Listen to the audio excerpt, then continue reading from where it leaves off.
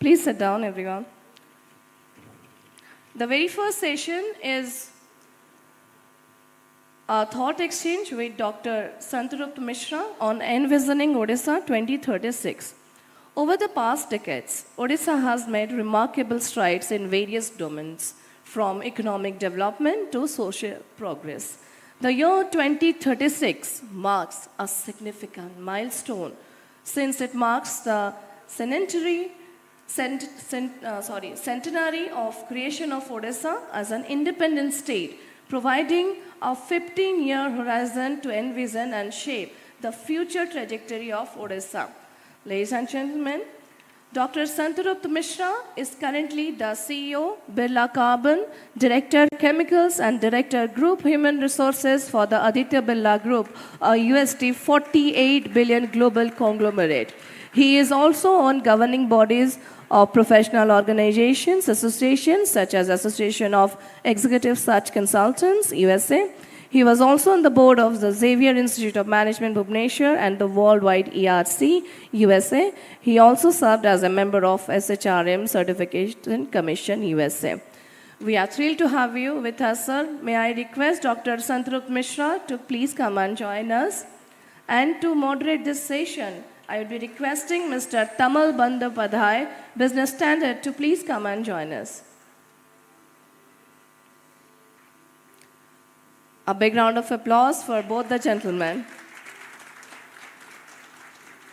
Can I request for a cordless mic to be placed on the table? Dr. Santarup Mishra, Mr. Tamal Bandyopadhyay, we welcome you for the very first session.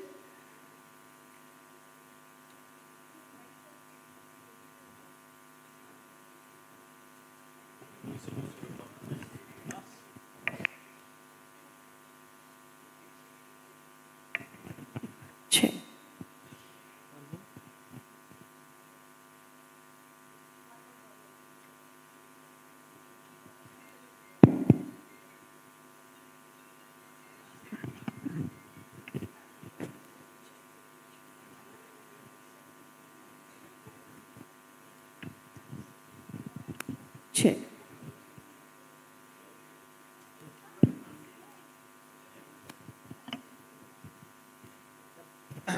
Very good morning. So welcome to this, what the organization is calling Fireside Chat. 45 minutes. How do I address you, sir? Santarup is tough. So Dr. Mishra is fine.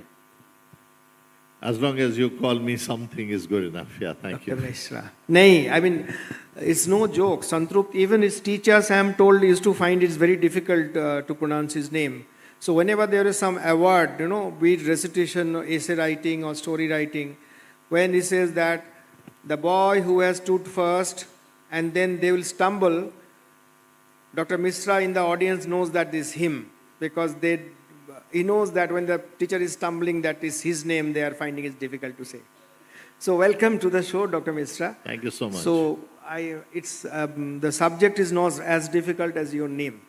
And you are coming back to this city of Jai Jagannath, Odisha, after probably 4 decades, close to 4 decades away, overseas and Mumbai and all. So tell me, how does it feel like? How you have seen the change? Because we are talking about Odisha 2036, Odisha 2024, and 39 years back when you left. What's the changes you see? Well, good morning, everyone. Good to meet you, Tamal. Thank you. Be easy on me. Go easy on me. Yeah? Thank you. Well, I left Odisha as a student in 1984. And yes, you're right, it's 39 years. But I have been coming off and on. So it's not that one fine morning I just got parachuted back. But yes, with the intent of spending a little longer time here, this is first time after 39 years. I think many in the audience who were present yesterday did listen to the presentation by the chairman of 5T and Navin Odisha, Mr. Pandian, about what kind of transformation Odisha has undergone. I think in many ways, those of us who, like me, who have intermittently come back to Odisha, are a witness to that transformation. Because every time when you come back, you see something hugely changed. And to take the example of Lord Jagannath's temple in Puri itself, my ancestral village is 7 kilometers from Puri, and I have been going to Lord Jagannath's temple from my childhood. So last time when I went for the parikrama inauguration that the Honorable Chief Minister was doing, when I saw that, it was an incredibly unbelievable experience for me.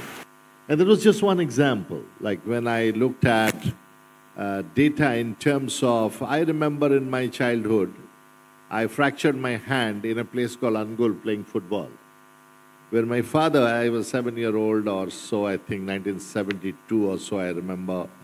My father had to carry me in his arms in a kind of state bus to take to a neighboring city called Dhenkanal to get it x-rayed because there was no hospital, there was no x-ray, no plaster. Today, when I heard about and I saw with many people, including my driver here locally and his family, that they have a smart card called Biju Kalyan Swasthya Yojana card, which they could produce at any leading hospital, up to a limit of 5 lakhs per family and etc. These are from a boy who was carried by his dad by a state bus to 60 kilometers away to get an x-ray and a plaster done to carry a plastic card. This is incredible transformation that I see as I come back to Odisha. Well, come to that. If you don't mind, I'll ask you a personal question. Sure. If it's okay. What shoes you wear? What shoes? Huh? I can't let out the brand because if I let out the brand I'm wearing, I'll have to charge them for being brand ambassador. But I wear a range of shoes, yeah. No, but your colleagues in Birla Group say that you always that sound that much, everything. And in the early morning, I used to actually make people feel that you are coming, and some of them are really scared, only by the voice of your shoes. I mean, your people say that it's not Santrupt, it's the shoes that talk. Is that correct? Well, Hindi mein there is a beautiful word which I learned perhaps from my wife who is from Hindi-speaking state, and my Hindi was as good as anybody else's, perhaps from Odisha. There's a beautiful Hindi word called ahat. So I think I use my shoes for impact, so that all my colleagues who are in office time are looking at internet, surfing things that they shouldn't be doing at office time. I just wanted to give them an early warning that I'm coming into office. So as I get out of my elevator, everybody knows I'm coming in. It's they call it is like a primary school bell. The moment the bell tang is a time for prayer. I don't know where you found that from. I have to be worried about you now. Yeah. No, I need to do little research about the person who I am talking to. So let's get back to some serious stuff. Is this no? Odisha has been an amazing story. I mean, I don't want to overload the audience with numbers, but the minimum thing is this: it's a 100 billion economy now. In the past 9 years, the growth is 7.25%, which is higher than the national growth. For the current year, the growth is 8.5%, which is higher than, which is the national growth is 7.3%. And you see that everywhere, there's, it's a power surplus country, a power surplus state, it's a water surplus state, it's a mineral rich state, and also the geopolitically, it's very well positioned in a gateway to East and Southeast Asia. Then you also can tap the market of Central, Eastern, Northeast Asia and all. So everything is positive. And the most important thing is this: if you see the in terms of industrialization or the prospects for industrialization, as going through the thing, it's among the top 3 states. It's actually the 3rd state after UP and Gujarat, Odisha. It's 11.8% of all the investment proposals assisted by the banks that has come to Odisha. And that is, I'm talking about 2022-23, which was 400% plus up. So this is an amazing story. I mean, the geographical positioning of Odisha, which is which we all know, but from a primarily agricultural-driven state or mineral, etc., is now going to industrialization and all. And the subject for this today's discussion is 2036, Odisha, where it would be. You ran the big show in one of the largest corporate conglomerate in India. Can you give us a macro perspective, not the anecdotal that your father carrying you and now what the scene has changed, health scenario, but what are how the building blocks you are seeing in New Odisha? So I think there are different ways to look at an issue. You know, the whole question is around success. And success people define in two terms to my mind. One is in destination term and other is in the journey term. Now the destination term is we always want to be number 1, 2, 3, 4. In the league table you want to occupy a position. That is success defined in destination term. The other part of success to my mind is how far have you traveled from where you started. And I think on both counts, Odisha has done phenomenally well as you rattle off the statistics. That in destination terms, in occupying positions at the league table, the state has done phenomenally well. As you said, number 2, number 3, sometimes even it's stated as number 1. We saw data yesterday that the inflowing investment, Odisha was only next to Maharashtra. And hopefully we can beat Maharashtra sometime and be number 1. But that's destination terms. But while chasing destination term success, we must not forget the fact how far any state, and particularly Odisha, having had, if I recall the Honorable Chief Minister's data yesterday, perhaps over 65 to 70% of people below poverty line, to coming down to low single digit or rather high single digit and low double digit of 10 to 11%, in journey terms is a phenomenal achievement.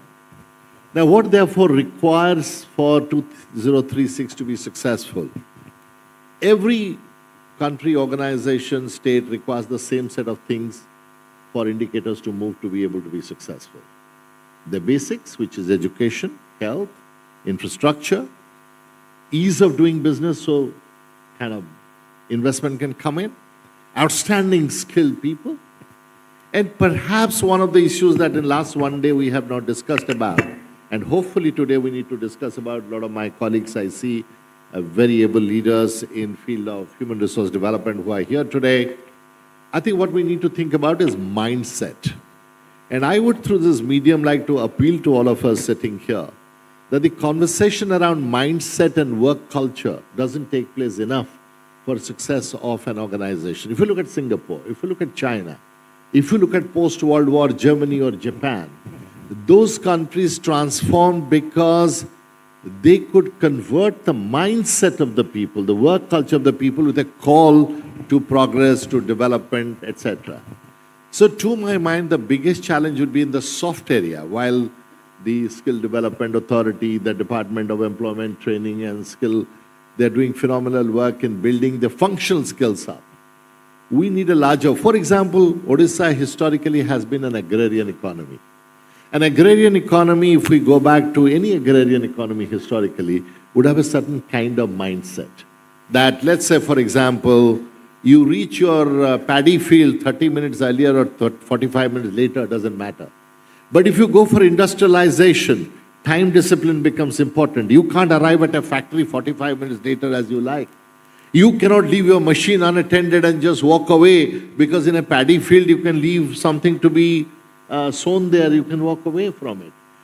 Therefore, the question before us is, how do we use the media, particularly the audiovisual medium, the television and all others, to create people's introduction that if we go to industrial, post-industrial, digital era, what mindset shifts we need and how can we effectively achieve that is going to be one huge, huge transformation we will need going forward, apart from all that wonderful work that Government of Odisha is doing. Thanks, Dr. Mishra. I think what you want to say, that is a different discipline altogether. In some ways, it is different discipline. It is an integrated discipline. Yes. It brings the family, the school, the business, the government, and all of us as citizens who want our lives to transform to be able to make that contribution. If we don't make that contribution at individual and collective level, then industrialization and growth of the state cannot happen. So the lesson one is this: if you want this state to be industrialized, you need let hundreds Santrop Mishra bloom and walk on the corridor of the industrial units. They will come on time because your sound they will hear. You know, I'm in a small cog in the wheel, but I hope with my step of, by the way, just to clarify to the lady who introduced me, I have an interesting story. I don't have time to tell you about introductions, but can I tell the story? Is that okay? People need to laugh also in Odisha more a little bit. Can I tell the story? Yeah? An ordinary man like me was to be introduced to a very enlightened audience like you, saying a self-made man from California who made billions of dollars in gold business. The guy stood up and said, you know, the introduction was broadly correct, excepting some minor aberrations of facts. I would like to set right. And to be honest, the state involved was not California, it was Florida. To be honest, the item involved was not gold, it was coal. To be really honest, the person involved was not me, it was my brother. To be honest, really, the amount involved was not $1 billion, it was just $1 million. And to be really truthful, we did not make that much of money, we lost that much of money in that business. So I was just wondering, as I was listening to the introduction, I used to be a director of the Aditya Birla Group. I took early retirement on 15th of January. So I do not any longer hold the positions that she mentioned. So just for transparency and integrity, let me declare that. But having said that, going back to your question, my own desire to come back leaving the 4 P's of corporate career that I say, my corporate friends are here, pay, perquisite, power and position. I hope to set an example that there's more to life than celebrating corporate careers, and those of us who feel to give back to the state, having made a great success of their life, perhaps could come back. The state is ready to receive them back, and perhaps they can contribute in many different ways. So thank you. Thanks, Dr. Mishra. I think there is enough intelligent people to read between the lines. I will not stretch on this. But tell me... Look, we are ordinary readers. When journalists like you write, then we read in between the lines. We say it as it comes. Thank you. And you spoke about the softer issues like spending on education, spending on health, etc. And I was going through the Odisha budget. I think it's very refreshingly different. I mean, the spending is going up. And on the macro level also, because at the end of the day, it's all about economy and all. I think Odisha is a much better position than many other states. If you see the the debt to GDP ratio, it's much lower than most of the states and certainly of the national average. You talk about it's a revenue surplus state. And the fiscal deficit, again, it's a 3%, and it's in absolutely sync with the FRBM, which is the Fiscal Responsibility and Budget Management Act. So it's a phenomenal job the state is doing. I think it needs a big hand. Just give a big hand to your state. And just one curiosity I have, like you left Odisha in 1984, you said. I also left West Bengal in the very next year, 1985, and since then I'm in Mumbai. And that was the left rule state. So you used to hear, there was an organization called WBIDC, West Bengal Industrials Development Corporation. So every year they would organize some kind of investors meet, and at the end of the meeting, there will be only number, X amount of crore, X trillions of crores investment, etc., which is happening in Odisha also now. But what used to happen is this, the number that was announced and actually the ground reality investment was absolutely different, not even 1/10 of was translated into investment. And there was one gentleman called Somnath Chatterjee who later became a speaker of Lok Sabha, and he was the industries minister. So uska naam badal ke kar diya Mo Dada, MOU, Memorandum of Understanding, because he used to just announce that X thousand crore or 1 trillion crore or 2 trillion crore West Bengal, we have signed the MOU. And everywhere the newspaper would say, this is our MODA talking, MOU, MODA talking. So is it something, Odisha also seeing this, or actual general investment happening? No, that's an interesting question, and it is very natural to feel cynical about MOUs when particularly in a federal state, different states are competing for the same set of resources of industrialists or industrial houses or investment funds or whoever. Well, I'll say 2 things. An MOU is first an indication of positive vote of confidence in a state when people are signing an MOU to say, well, we like what we see, we intend to do something. And they come with a specific proposal. But we also need to recognize that in the world of business, the people who have the money and want to invest are operating in a very dynamic environment. Every MOU, every intent is preceded by a set of assumptions they have made about the economics of their business, the proposition of investment, the location, etc., etc., etc. But an MOU stage is a stage before a business has done detailed project report. And a detailed project report then goes into very finer details, including the terrain of land, for example, because I have done greenfield factories, I've done brownfield expansion, terrain of the land to the drainage and the water gradient, and whether in a high rain situation the flood water will come into your land. Lot of the time, when in common parlance we criticize the government to say you signed MOU and nobody delivered or fewer than when you expected came, I think a lot of people do not understand the finer nuances of how investment final decisions play out. But having said that opening, I would say that looking at the way I see government of Odisha is doing it, it's Go Swift, the single window clearance system. Everybody talks about it. But I have been personal witness to many things, how fast the government has done in my previous avatar for our own businesses. Sometimes we have seen my competing businesses as well having been given clearances so quickly and so fast when investments have come up. And remember, today's large business houses are very discerning. Unless they have a real intent up to a significant extent to invest, they don't come and easily sign an MOU. Because if they do sign an MOU with government of Odisha, they have precluded other places investment, because you cannot simultaneously put several capacities of the same thing in multiple states, nor you have the capacity to do so. But I think Odisha, if you go example after example that is happening, where if you look at Tata's investment, I don't want to sound like representative of any company, I don't belong to any, so I need to be careful about that. But Nagar, for example, was stuck for a long time. Aditya Birla Group's own investment called Utkal Alumina, I know as the history, was stuck for a very, very long time. Today, we not only are expanding as a business there, I find Aditya Birla Group is expanding, the newer facilities are coming up. And I know for certain that several of these companies that I informally talk to find that many of the investments that I planned for, they're very impressed. Some of the investors who had come yesterday went and met the Honorable Chief Minister. And their thought process, they were astounded. Some of them visited Odisha after 1986 for the first time. But the very fact that they came for the first time after 30 years indicates a vote of confidence. They are willing to do something in very unique spaces where Odisha has not operated.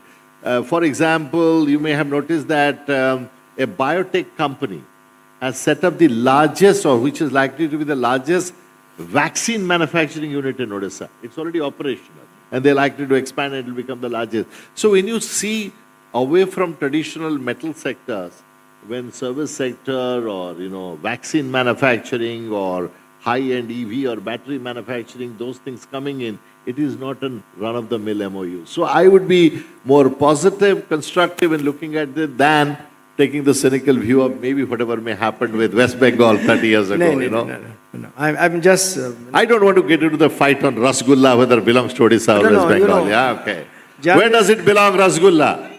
Odisha, correct, yeah, hear that. Yeah. Journalists are by nature cynical, so this one. Anyway, so we have about 25 minutes we have gone through, actually 23 minutes because we started 2 minutes later. So we have another 50%. So if there's any question from the audience, just be prepared, later we'll take. No comment, nothing, very brief question. And I'll be very happy to take a question from one particular gentleman. His name is Abhishek. I heard him. He questioned you as a very junior HDFC Bank official in 2006 in Mumbai. I overheard, sorry, I eavesdropped. Abhishek, you made the mistake of speaking in front of a journalist. After 18 years, he has gone into a position and you helped him. Your answer helped him. So Abhishek, if you are around, you can ask him a question little later, after this. Sir, I understand what you are saying. This is just not talk. Actually, MOU are translating into real life investment and etc. etc. Very good to hear. But I was going through the numbers about the banking penetration in Odisha, despite the best efforts of the government. I think about a couple of years back, probably 2022, it has tied up with 6 large banks, etc., etc. But I found that if you see the number of bank branches per 1,000 people or the ATM per 1,000 people, etc., this is one area which Odisha lags behind almost. I mean, if I leave a few northeastern states out of it, the rest of India. So how do you actually sell Odisha in a positive sense to the banking industry? Well, I think first of all, my friends from several big banks I met at breakfast, they are present here. I'm sure they will talk about their own plans. You may have seen in the newspapers a report about Mo Bank as a concept, which is my bank as a concept that is being led by the government of Odisha in tie-up with perhaps several banks to take banking accessible to perhaps every panchayat, every village in Odisha where it is not there. But having said all of that, there's another way to look at it, which is that the direct benefit of transport today is happening from government of Odisha to many marginal section families and everything in many areas in a cashless basis directly to them.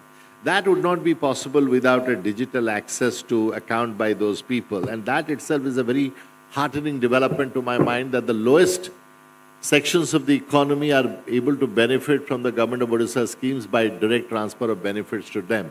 Even the new scholarship scheme, NUA O scheme that the Honorable Chief Minister announced the other day, there also the scholarships are likely to go to both young men and women directly to their accounts. So at one level, this digital penetration of direct transfer of benefits is likely to encourage more. In some ways, this becomes a substitute pseudo banking transaction.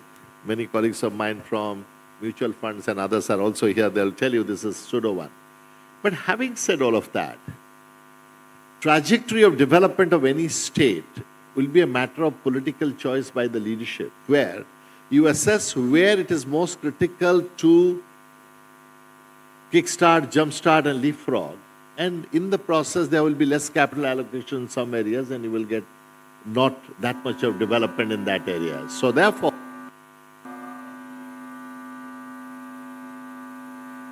they seem to not like the idea of we pointing out weaknesses, this is not an acceptable thing, All right.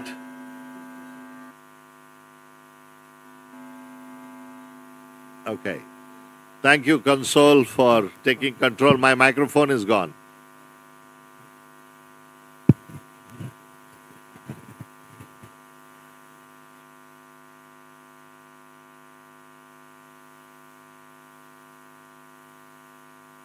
Skill development in managing audio visual. Last 2 days, I saw Usaji's presentation coming late and microphone failing. We need to do skill development on how to manage events. Yeah. I'm happy to give them some ideas. I've done a lot of events. Is another mic is working? Yeah. But it's causing a noise. Anyway.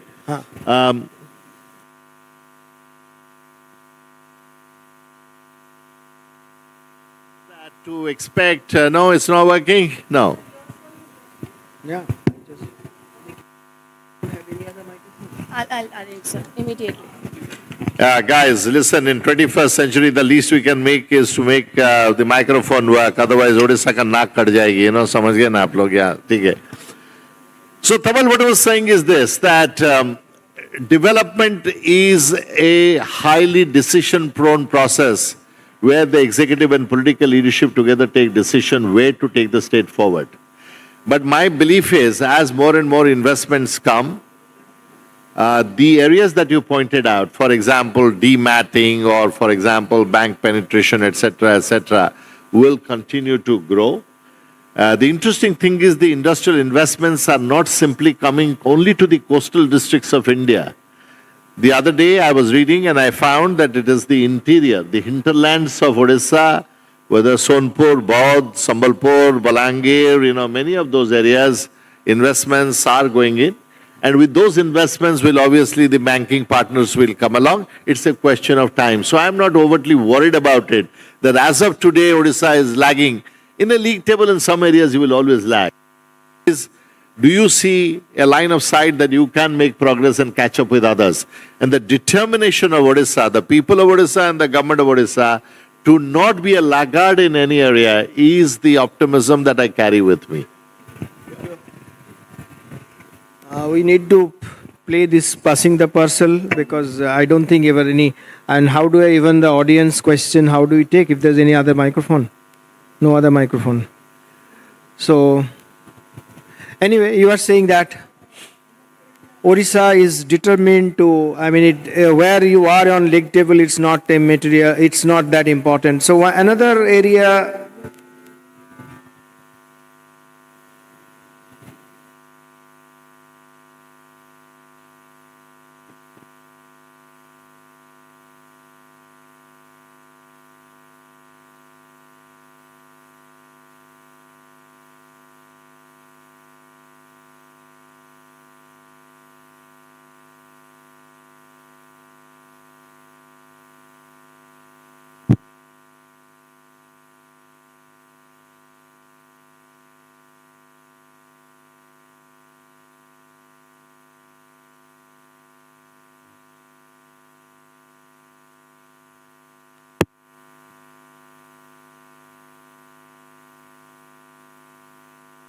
Hello, is that working?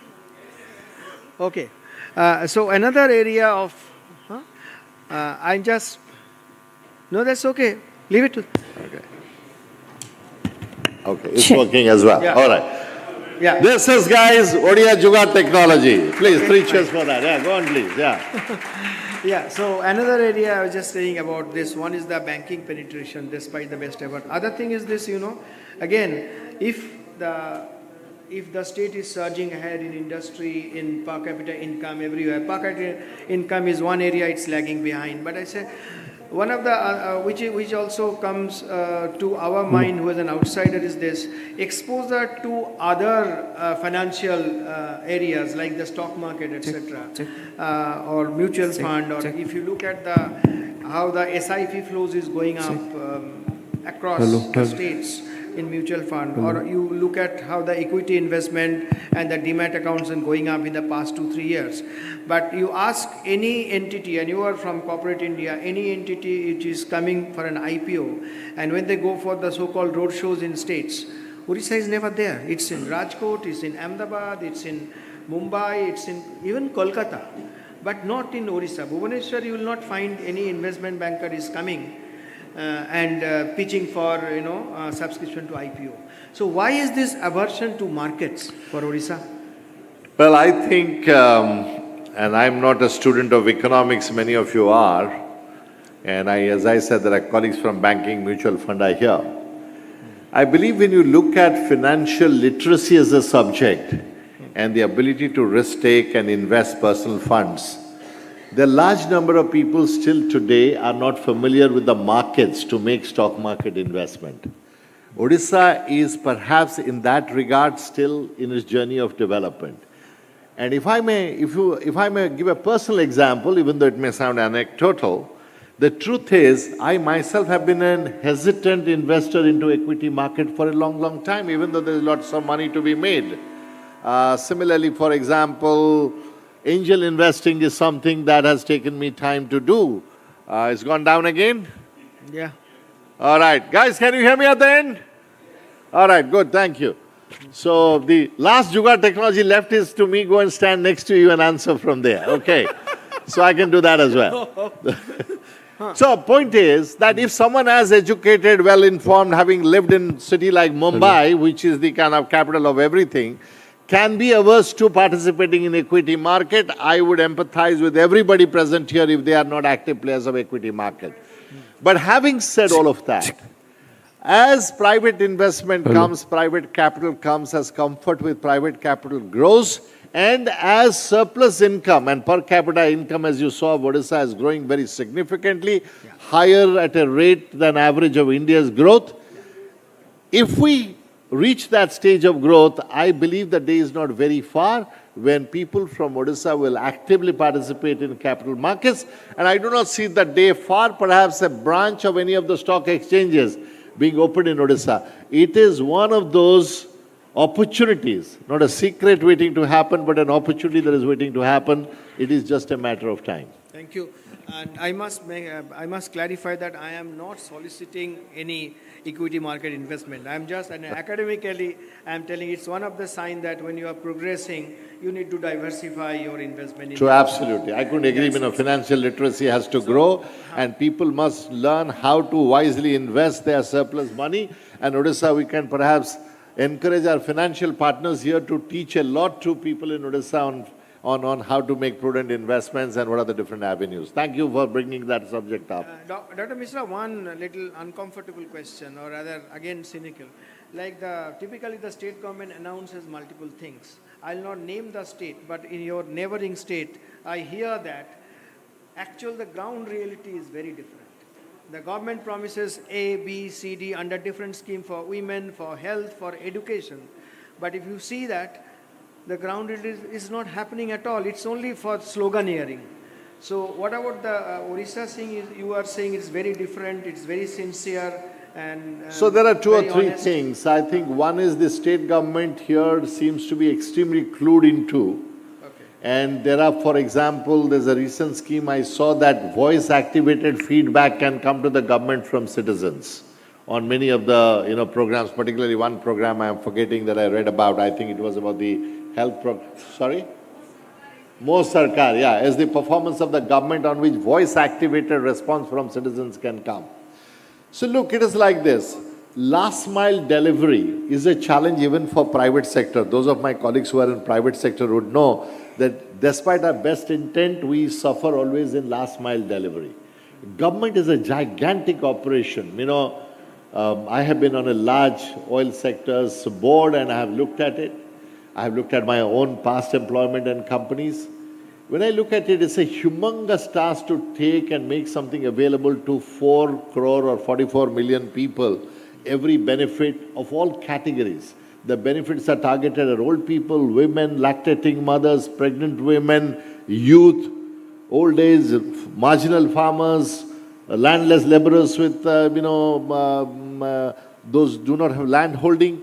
There are multiple segments of people to whom these benefits are targeted. Interestingly, I met somebody the other day, not from the state, and she told me, she went to another state, I want to name, where Anganwadi she visited, there was nobody. Here she went and found midday meal was there, egg was there on people's plates, and the teacher was present in the Anganwadi in Odisha in a remote area. This is an outsider of the state, told me in the last 2-3 days when I was meeting. Now, sometimes when you find that impartial third party who have gone to interiors, visited and see that the benefits are reaching, this is happening, and you get several feedback from people, will there be failure? There will always be failure. Anybody who says everything is heaven, that every last mile is reaching, I think would not be correct. But as I said to you, if the coverage continues to grow, that we are reaching the target population 80%, 90%, 95%, 97%, we should focus on the delightful thing. I always tell my colleagues, 10 cricket match खेलोगे तो 2 हारोगे. You have a choice, either to focus on the 8 you won or the 2 you lost. And that is how I look at every government program. Does it reach large number of target people? And that's what we should be celebrating and not bothering about the last mile somewhere we failed. Yes, we must study why we failed. We must learn from that. We must set corrective process. But being over-focused on where we failed is not going to take us where we want to go. Good to hear, Dr. Mishra. As we nearing the end, still about 8-9 minutes left. The two critical components, this Odisha 2036, we are talking about 12 years down the line when Odisha becomes the new, in the sense, a century-old state, to the in sync with the ambition and aspirations for every Odisha person where you want to go. The two very critical part which is integrated is, one is employment generation and related thing is skill development, right? And you, particularly in the second area and also first, because you were also such a large group, you were heading the HR. I think only academic... I was. You were. I was, till 19 January, right? Or whatever. So, till 9 January. Say one area is that academic, you thrive in academics and you hold positions like Odisha now dominates entire Reserve Bank of India. Governor is from Odisha. One deputy governor, Michael Patra, is from Odisha. Another deputy governor, Ravi Shankar is also from Odisha, by my classmate. I was just calling, sir. He's not a Oriya, but he's from. He's also. No, he from studied Odisha. here. He studied here. Studied Of course. Yeah. And at DG level, move everywhere. When I meet out of 10 economists, 5 are from Odisha. Be it in Delhi School of Economics, be it in wherever, even in others beyond India. But skill development is very critical for employment generation. So why don't you tell us very seriously, it's gone. These two aspects, skill development and employment, keeping in mind the goal in 2036. Well, as I said earlier, I'm not an economist. Is this working? I think your voice is enough, sir. My voice is enough? Good, yeah. This feels like a tennis match, actually. You're lobbing the ball from the other side, I'm hitting it back. Yeah, no, I love that. I'm not much of a tennis player, yeah. No, so, in economic theory, there's one theory that talks about that supply creates demand. I believe that if Odisha can create highly skilled, large number of people, investment will flow, not for anything else, but for the skilled in Odisha people. And therefore, the people sitting here have a huge responsibility that if Odisha can create highly skilled people, not only those people will flow out of Odisha to go everywhere to in their career. That's a good thing because they will be brand ambassadors of the state. And in return, also a lot of investments will come. I think employment growth, therefore, will automatically happen. So all the time we wait for skill development to catch up with the investment happening, which we must continue to do because investment is coming. But the reverse would also be that you killed a highly skilled manpower here, that therefore is well acknowledged and received. Like we talked about yesterday, the IT secretary was mentioning that when Apple put up their assembly plant in Karnataka, they had to send a train load of skilled people from Odisha to Karnataka. Oh. I don't mind that. I would like hundreds of that to happen from Odisha, the outflow.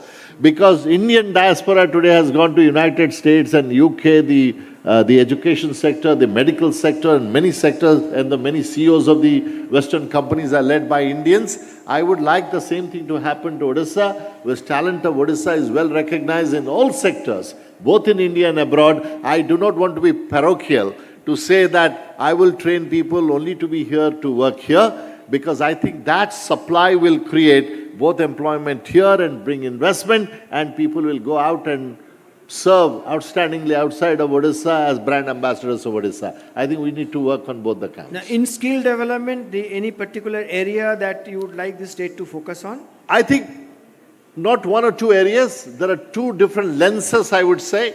There are traditional evergreen skills which will always be in demand. We must be there. But we must also migrate up the value chain of the skill to go to the cutting edge technologies and areas, whether additive manufacturing, artificial intelligence, cloud computing, or any other newer areas that are emerging. I think we need to constantly scan, perhaps every 3 years, to say what are the emerging areas in horizon. It's a dot today, and that we need to start, because you can't skill next morning. You need to build capacity for trainers to be able to build that skill.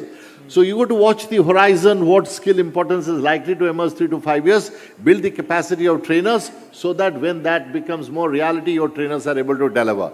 Keeping the trainers updated with new pedagogy, new skills, new knowledge would be extremely important as trying to focus on skills.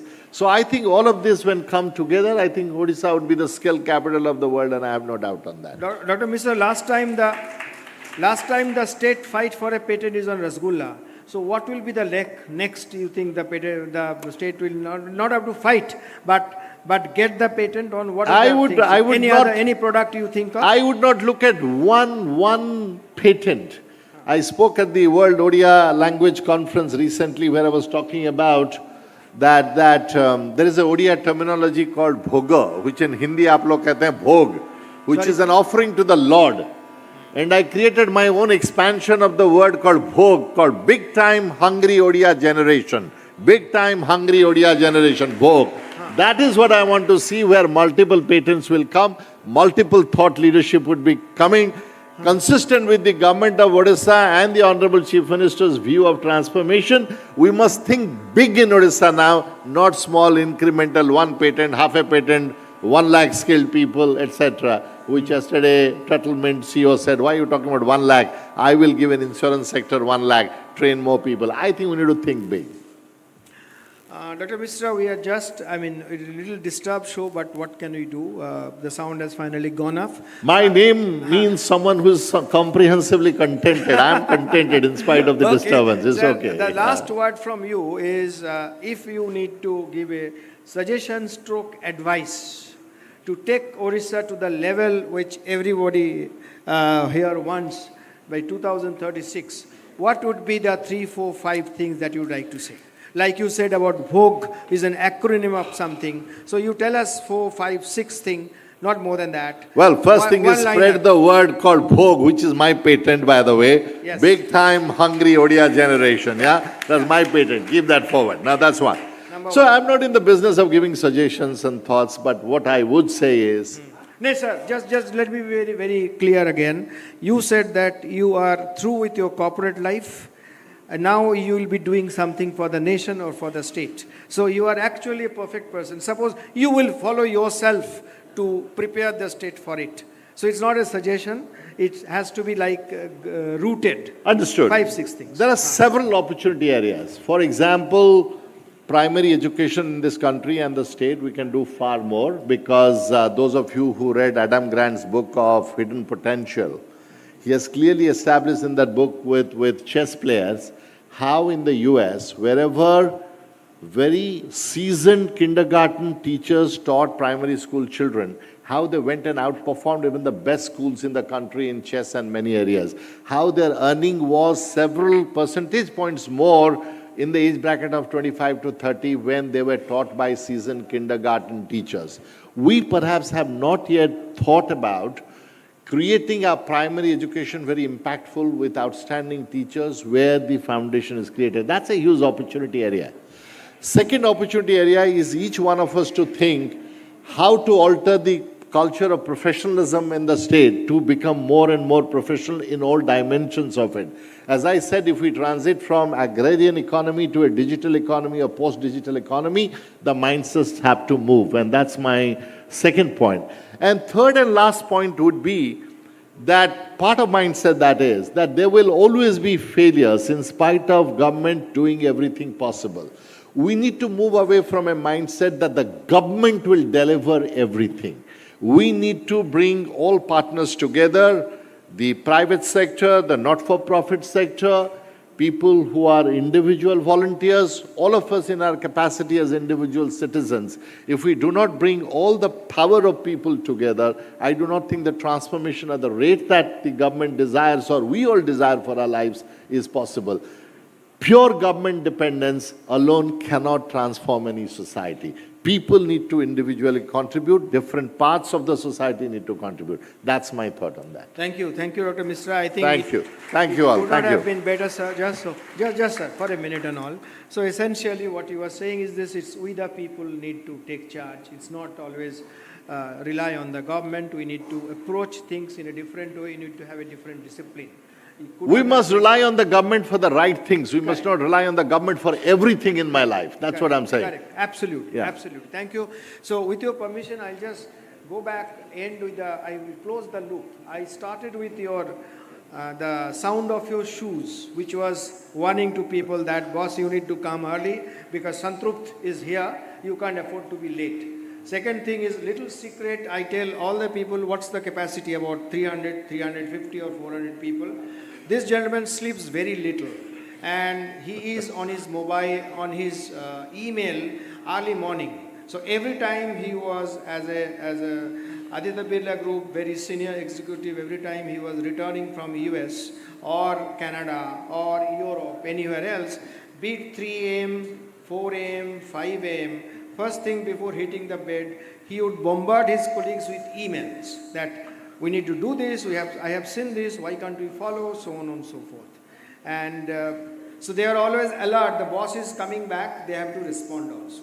So that's the one side of the story from his side. Other side is this, if anybody sends an email, this gentleman responds immediately.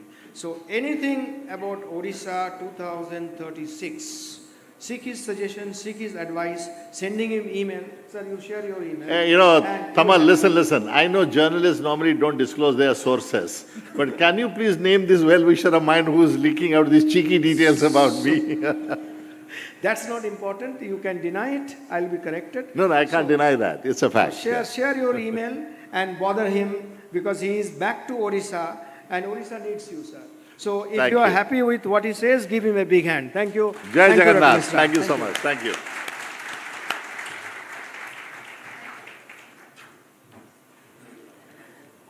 Thank you so much, both of you. And a special round of applause for our amazing audience.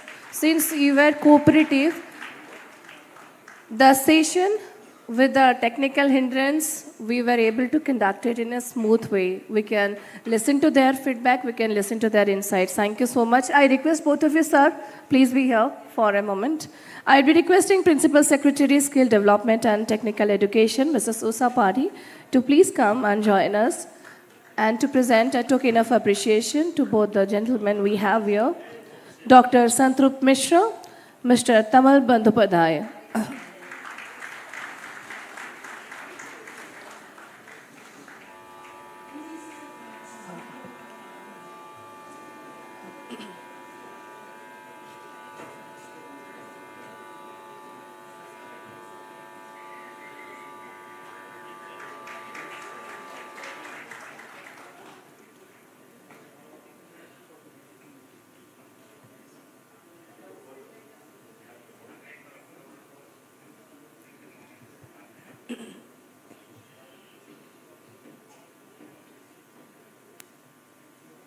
Thank you so much. Well, Odisha ranks number 1 in India in terms of the investment implementation rate of manufacturing investments. The state is also witnessing a radical increase in the number of manufacturing units being set up. Given the emerging opportunities, the aim is to capitalize on the current and future workforce requirements. The current session aims to facilitate a shared understanding of key industry trends, provide insights on the current and future employment landscape, and discuss innovative approaches employed by industry leaders to force strategic collaborations. We have with us Principal Secretary of Industry Department, Shri Hemant Sharma. Sir, we welcome you. Thank you for your valuable addition, your presence. I request you to please come and join us on the stage. And I would be also... Okay. We have other panelists with us. Mr. Anjani Kumar Mishra, Shahi Exports, Mr. Ashutosh Agarwal, Nestle, Mr. Malik Ahmadin, MAS Holdings, Mr. Nishit Behra, RSB Global, Mr. Pratyush Kumar Naik, ITC Limited Odisha, Mr. Srijit Mishra, JSW Steel, and Mr. Prem Singh, NHRDN. And the session will be moderated by Mr. Praveen Govindu. I request all the panelists and moderator to please come and join us.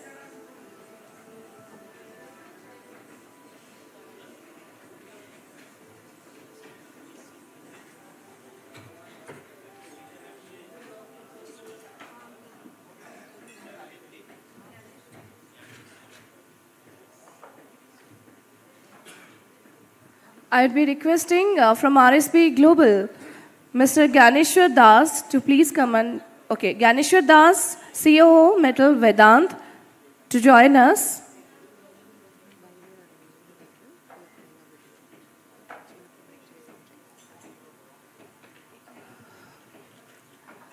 We will be showcasing a video. Please have a look on the scene, and that will span around 2 to 3 minutes.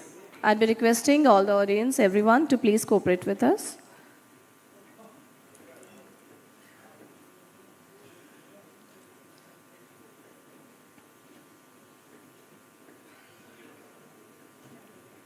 Can we play the video console?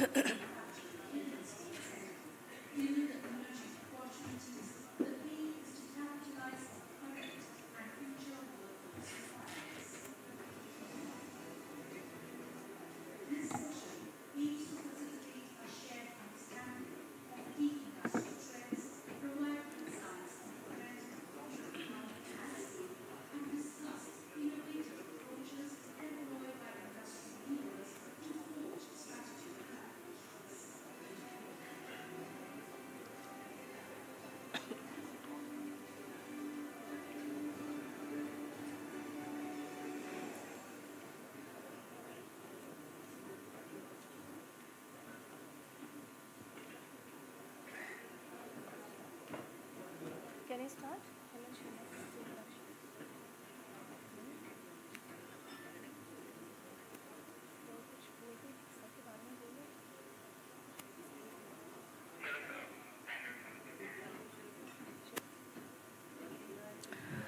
Ladies and gentlemen, Shri Hemant Sharma from Industry Department, Government of Odisha, is a seasoned bureaucrat with a wealth of experience in driving industrial growth and development in our state. His dedication to public service has left an indelible mark on Odisha's economic landscape. Shri Sharma has served in various capacities, demonstrating exemplary leadership and commitments. With a background in economics and a keen understanding of policies formulations, his contributions have been instrumental in fostering a conducive environment for industries to thrive. We are honored to have you with us today, sir. I'd be requesting you to please deliver your talk on manufacturing, auto, FMCG, and apparel industry in Odisha.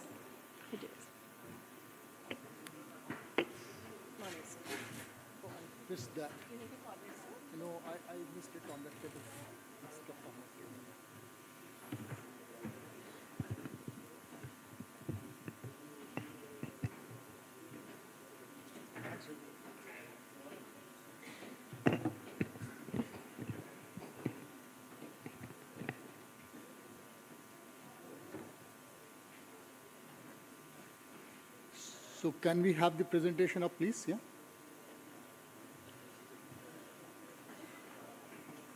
No.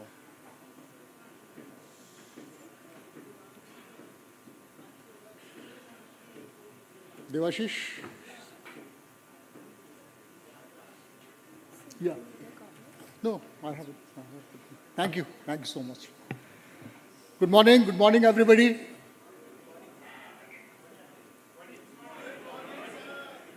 No, I wanted to hear from the back benches. Apan mane samajhta achanti to? Thank you so much. Sorry? No, that is not my. So there is an intellectual property on that. But I know that they're all happy here. And it's really amazing to see such a good gathering of representatives from industry, from HR institutions, from skill providers, from skill enhancers, and from those who actually need the skilled workforce in their campuses, in their factories, in their offices. And this is the second day, and in the morning you just heard our elder Santrap Mishra ji mentioning about the vision of government of Odisha, how Odisha would look like in the next 1 to 2 decades. Now, this session, as you would see, is about manufacturing industry and about certain specific segments of manufacturing industry which are observing a good growth not only in Odisha but across India. And when we talk of Odisha, some of the major points which are driving this growth, I would mention to you. And I would also mention to you towards the end of my presentation about what is it that this kind of an industry, manufacturing industry per se, needs in terms of skilled manpower. What is the emerging landscape of the need of industry for skilled manpower? But before we go there, let us first take a look at what is it in Odisha, the industrial development, industrial scenario looks like at the moment, and is there any change, is there any shift happening in Odisha's industrial journey? So I would like to bring to the table 2 major points. One is that there is a distinct shift in Odisha's economy, number 1. Number 2, this shift is happening towards a particular direction, which gives the skill providers a certain role which is different from what was there earlier. So let us take a look at what this shift in industrial and manufacturing sector in Odisha is, which basically is a mirror or a microcosm of what is happening in similarly placed states in eastern India, northern India. So you would get a flavor of the requirement of industry for skilled manpower, not only in Odisha, but also in other parts of India, because, all said and done, we are all progressing. All states in India are progressing more or less on a similar trajectory. Now, the first point to note is that there is a very distinct structural change in Odisha's economy, which is happening, which we are observing for the last 20 years.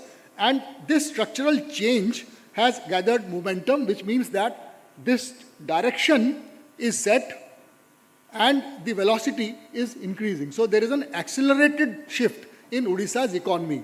What is it? Number 1, the size of the economy is growing. The size of Odisha's economy is now $110 billion. And just look at it, what it was about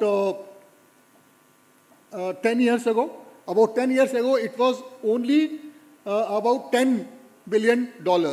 So from $10 billion to $110 billion, of course, there is an exchange rate involved there. But even if we factor in the exchange rate, you will find that there is a tremendous growth in Odisha's economy. What is called the GSDP.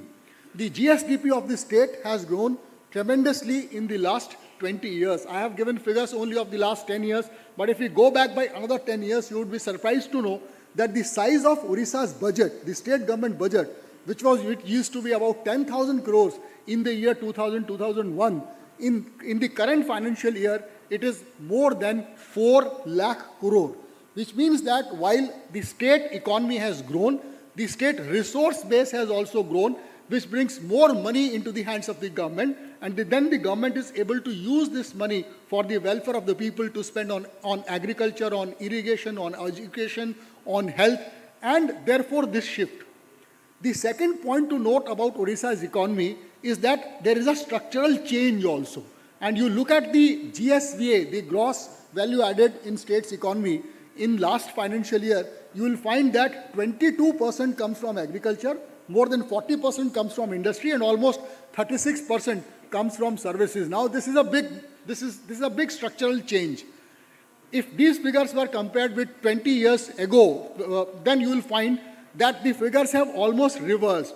While earlier more than 40% used to come from agriculture, now less than 30% is coming from agriculture. You could say about 80% of the economy of the state is now based on manufacturing and services, almost equally paced. So about 40% comes from manufacturing, 40% comes from services, and nearly 20% comes from agriculture. This is a very big structural shift, structural change. While the size of the economy has grown tremendously, the nature of the economic development has also grown. Who would have imagined that in a state like Odisha, which is primarily an agrarian state, where there is a large dependence on agriculture, and now the dependence on agriculture, at least of the economy, has gone down substantially, and the state's GSDP is now primarily coming from manufacturing and services. Now, what is the implication for people in this room? The implication for people in this room on the skill development side is that yes, the requirement of skilled manpower is now more and more towards manufacturing and towards services, this is a big signal to skill development institutions, to skill providers. But then there is more to it. There is something else to it. The size of the economy, this growth, this change towards manufacturing and services would not have happened on the strength of public funds alone, on the strength of public investments alone. While we said that our budget has now gone from 10,000 crores to 4 lakh crore, which means that public funds, public investment is certainly happening, but it is actually driven more by private sector investment. And these are two data points which help us press this point. Now, the first data point is by Center for Monitoring of Indian Economy, which said that in the financial year 23, Odisha was second in attracting investments in India. Second highest investments came to Odisha. So that is first point. And if you look at the numbers also, 20 lakh crore worth of investments coming to one particular state is a very, very big sum. Look at the size of our economy, which is $100 billion, would mean, let's say, about 8 lakh crore. And we are able to get 3 times or 2.5 times of the investment into the economy of our state. Look at this factor. This is a very big factor, first point. Second point is look at the company in which we are. So we are better than Gujarat, we are better than Karnataka, we are better than Tamil Nadu, and we are lower than Maharashtra. This is the company in which we are. The company of states. About 20 years ago, we were clubbed with, Bihar, Jharkhand, Chhattisgarh, Bengal, UP, what those states are called in economic terms. No longer so. We are still not number one, which means that we are still not number one. We are lower than Maharashtra, but we have broken ranks with Bihar, UP, Bengal, Jharkhand, Chhattisgarh, and are now in the company of the most developed states, Gujarat, Karnataka, Tamil Nadu, Maharashtra. That is the company in which we are now. Very important point to note. The second point is that not only in terms of investments which have come or which have been announced,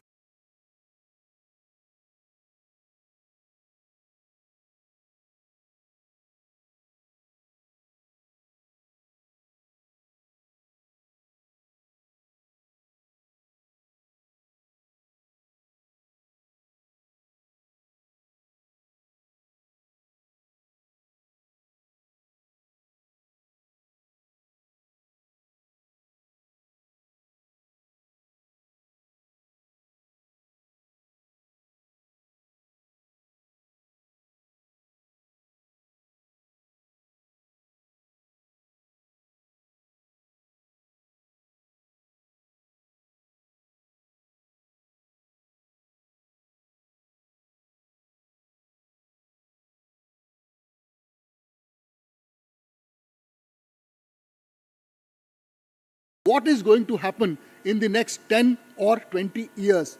And while this is happening, what is it that is leading to this? What is it that we have done, or what is it about Odisha that we are now in the company of states like Gujarat, Maharashtra, Karnataka, Tamil Nadu, which are universally acknowledged, rightly so, as the most industrially developed, advanced, urbanized states which are known as progressive.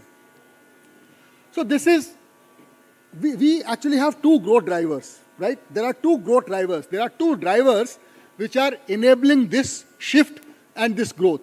The first growth driver is our geography. So we have been endowed with minerals. Availability of minerals is a big growth driver. We are a coastal state, so we have access to port. We have readily available industrial and other land bank. Therefore, and also we are surplus in water. We also have done something about our demographic.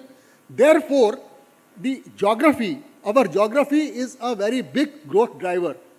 Now, somebody might say that some of either all or some of these growth drivers are there in other states also. For instance, our neighboring states, Jharkhand and Chhattisgarh, are equally endowed with minerals, land and water. Bengal is also equally endowed with minerals, also has a waterfront. But why is it that it is only Odisha which is able to break ranks with these states and then grow at a highly accelerated rate? The reason is on the map, if you see, we have used our resources. The government's resources have been put to very intelligent use to grow our infrastructure. While we had port locations, we did not have ports. Now we have ports.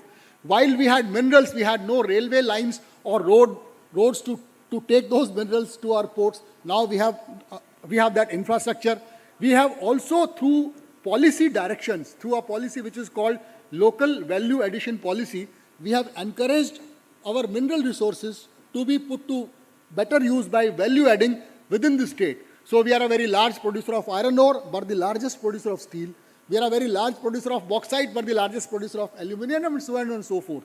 So while our geography was to our advantage, through policy, through investments in infrastructure, we have been able to use it to our better advantage.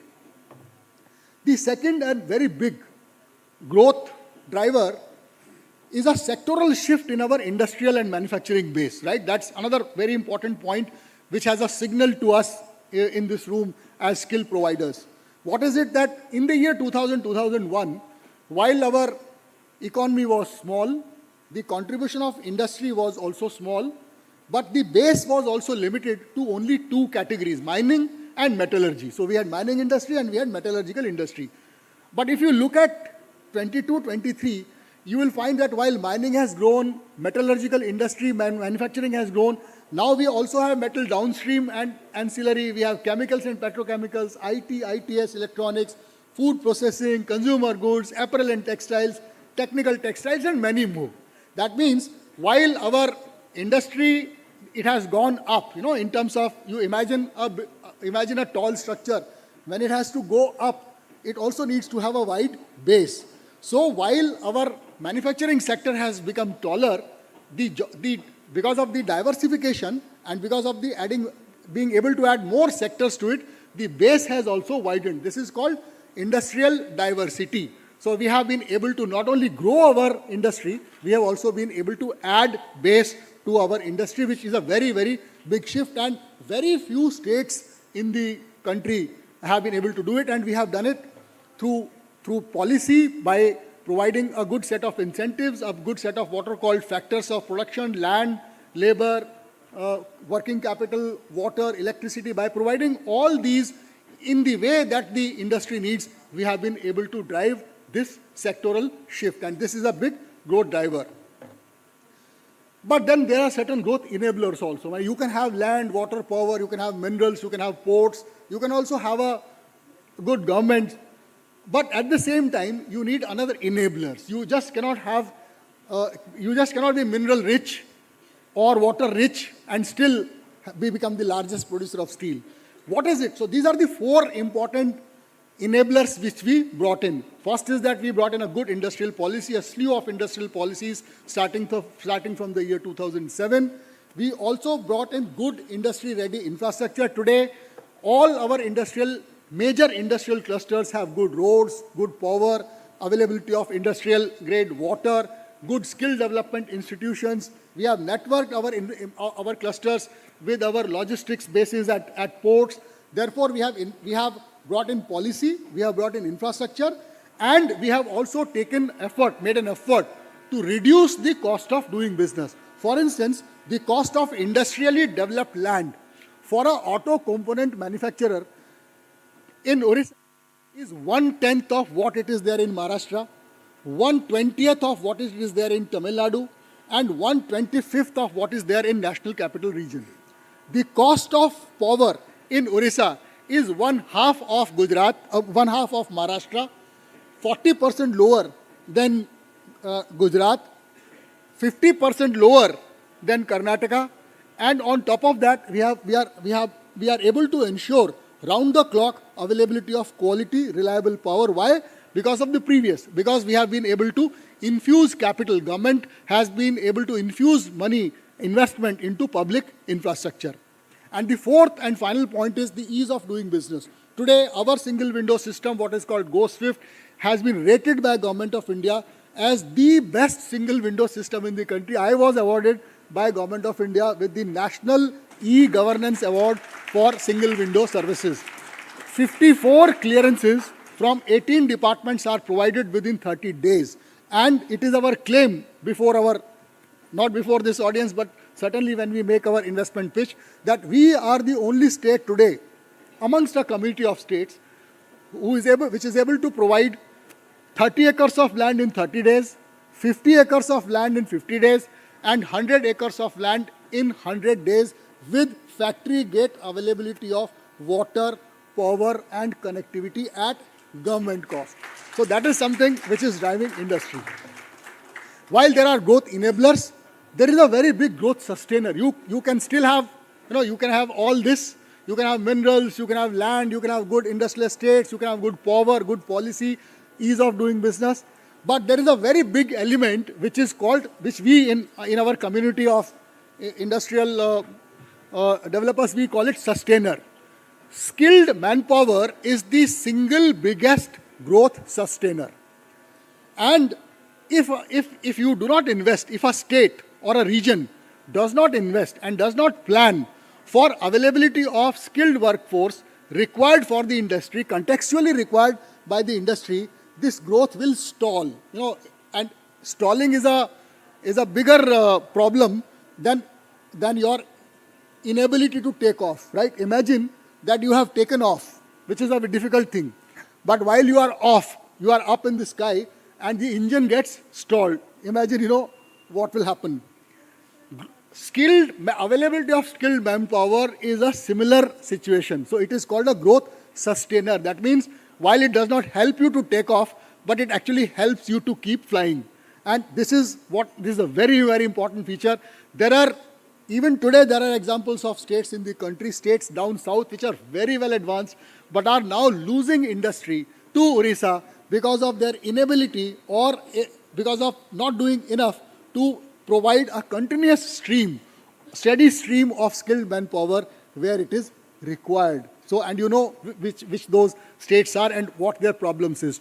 We have been very consciously dealing with this in terms of numbers, in terms of quality, and that is something which I will explain a little later because that probably is the theme of today's session.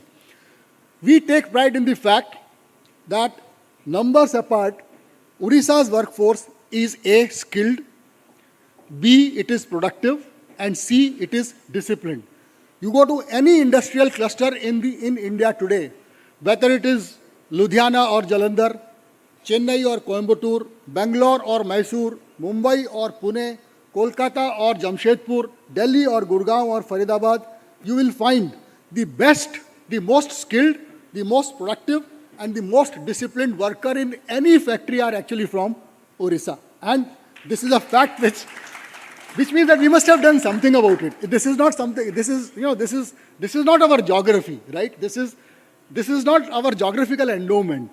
This is something which has been done by our government in a very planned manner. Now, this is my final submission. So while we have seen industrial growth, we are seeing a shift towards industry, manufacturing and services. And obviously this, in order to sustain this growth, we need skilled workers, right? This point, whether you are in Odisha or in Tamil Nadu or in Delhi, wherever, this is a point which is universal. But what is this change? Like industry is changing, manufacturing is changing, economy is changing. What is changing on the skill development front? And what is it that is on our radar or as our policy or work action point for making skilled workers, skilled manpower available to industry? So these are 4 things, in order to simplify. This is a highly complex, but just in order to simplify for a wider and a diverse audience. So it is explained in, it is called EMDS. EMDS. E is expansion, M is modernization, D is diversification, and S is specialization. This is my intellectual property.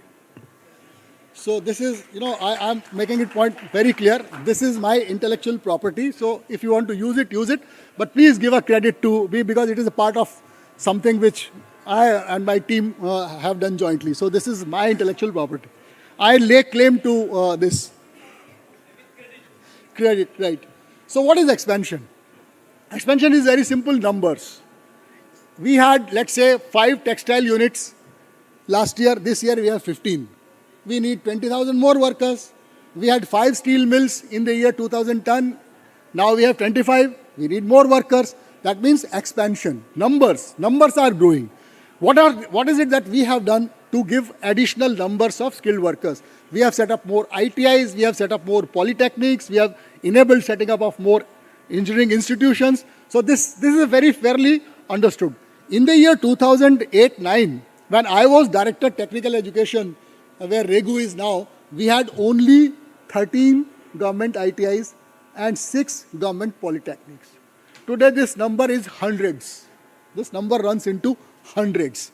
So we have been able to tackle this problem of expansion. It is called the expansion problem by setting up more institutes. What is this problem of modernization? Problem of modernization is again very simple. To give you an example, in the year 2004-5, we were helping setting up a steel plant. It was a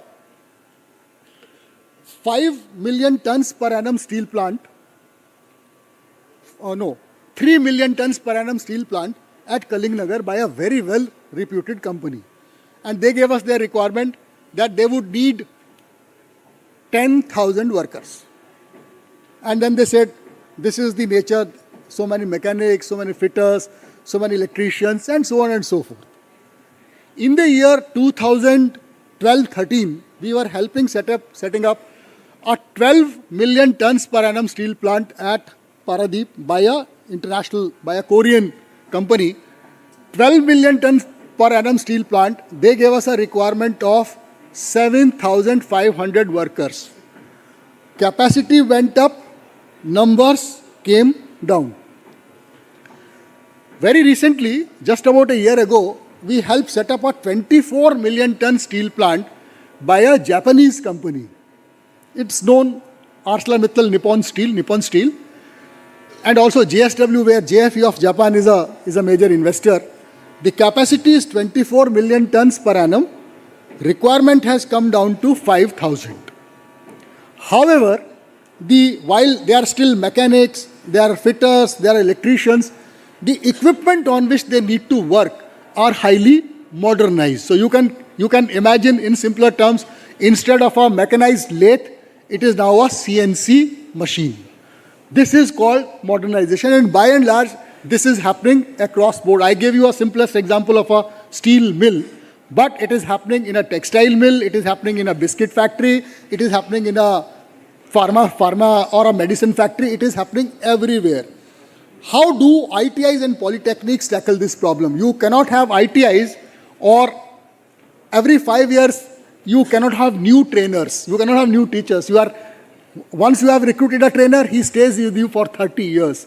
Somebody who has come and has been inducted to teach on a mechanized lathe, expect him every 5 years, now you should teach on CNC, now you should teach on additive manufacturing, Now you should teach on 3D printing. Not possible. So the problem of modernization of technical education is a little more complex. But how we have been able to tackle it is by having more clear dialogue with industry, by enabling industry to use our institutions for setting up. For instance, if you go to our ITI Cuttack, you will find a corner for Maruti. You go to our ITI Berhampur, you will find a corner for Ashok Leyland, as also for Schneider. If you come to our OUTR, the University of Technology, which was earlier called CET, you will find a center for Microsoft or for Tech Mahindra. If you go to Keonjhar Engineering College, you will find another center for Tech Mahindra, and so on and so forth. So this problem of modernization can be tackled, and we are tackling it by bringing in more industry interface. The third is diversification. Diversification, I explained to you in my earlier slide when I said that the base of our industry is increasing. While we were earlier able to do only with mechanics, drivers, fitters, electricians, now we need a very different set of employees who are ready to work in a, let's say, an automobile factory, or a battery manufacturing setup, or a textile design factory. So this diversification means that new trades are coming in, which are modern, which are about automation, which is about digitalization, which is about bringing more of ICT into the usual trades. Finally, it is the issue of specialization. Now, this is a very big change which is happening. This change is, again, to give you an example, this diversification and the technological shift in industry, which is very fast, is making technologies very obsolete also very fast. So no longer you need general workers. General workers are required only in smaller numbers. You actually need specialists. You need those people who have specialized in a particular branch. And more of these workers are required. For us, just to give you an example which will help explain this point, while in the year, let's say 2010 or 2015, all that we were teaching was welders. So you need a welder.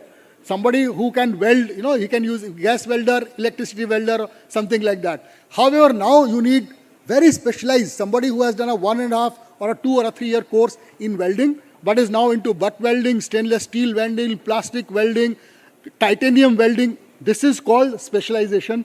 And this can happen only when you bring in industry, goods, those who supply this equipment. To give you an example from Odisha itself, Schneider, for instance, Schneider supplies highly sophisticated electrical equipment. ThyssenKrupp will supply, or Johnson & Johnson will supply, John Cockerell will supply. These people have specialized equipment, and therefore, unless we bring these people to our technical institutions, this specialization cannot happen. Therefore, bringing in industry is very important, and over a period of time, we have been able to do it. Lastly, this is very important, extremely important. We have seen in our experience that earlier there used to be a person, a worker or an employee would be skilled for life. Skilled for life means that you have gone to an ITI or a polytechnic or an engineering college, 2-year, 3-year, 4-year course you have done, you become an electrical engineer, and throughout your life, whatever you have learned, you will be able to use your knowledge throughout your working career of 25, 30, whatever number of years. This was called skilled for life. So I am an electrical engineer, I am skilled for life to work in electrical engineering profession. I can go to a generation company, transmission company, or whatever. No longer so. Nobody in this room or outside this room is now skilled for life. Nobody can be skilled for life because of these changes. Technology keeps changing, requirement keeps changing. But what has become more important now is what is called life skills. So, and what are those life skills? Generally, all of us know.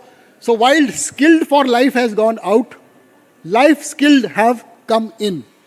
What is this life skill? This life skill is a transition which a student makes when he goes from an institutional academic setup to a factory or an industry setup. For instance, in an ITI or polytechnic, you can miss a few classes. You can, do proxy. You can do cheating.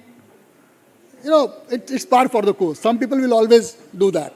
You may not come you may not come on time to a lecture setup or something like that. But when you go to a factory, which runs in 3 shifts, if you are late by 5 minutes, you are doing damage to your organization. If you do not behave well with your co-workers, or if you are not properly addressing your seniors, you are again missing something.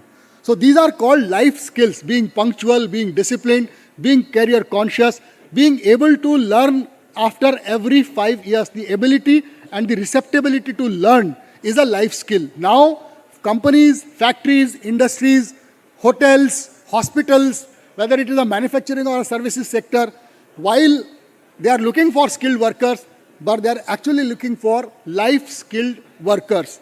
What is it that Odisha is doing about it? So about a couple of years ago, we entered into a tie-up with a company called Tata Strive, which looked at our ITIs, and now we have placed trainers who teach nothing. They don't teach CNC machine. They don't teach welding or electricity. They teach these skills: being punctual, being disciplined, how to address your workers. These are some of the emerging challenges, and I'm sure that today's workshop will.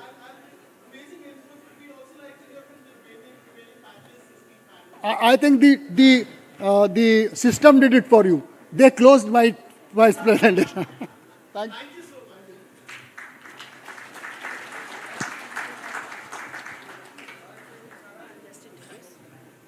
Thank you so much, sir. Once again, I want to let all of you know that we have Mr. Jajneshwar Das, CEO, Vedant Aluminium Limited, with us as our esteemed panelist, and over to Mr. Praveen Govindu to take the session forward.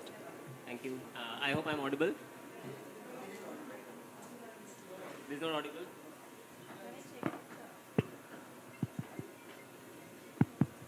Is it better?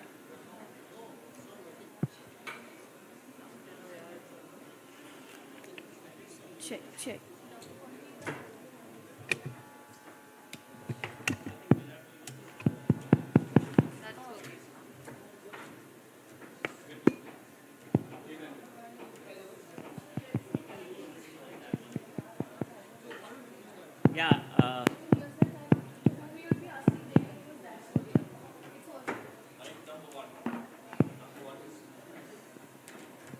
Yeah. Am I audible? Is it any better now? At the end, can you all hear me?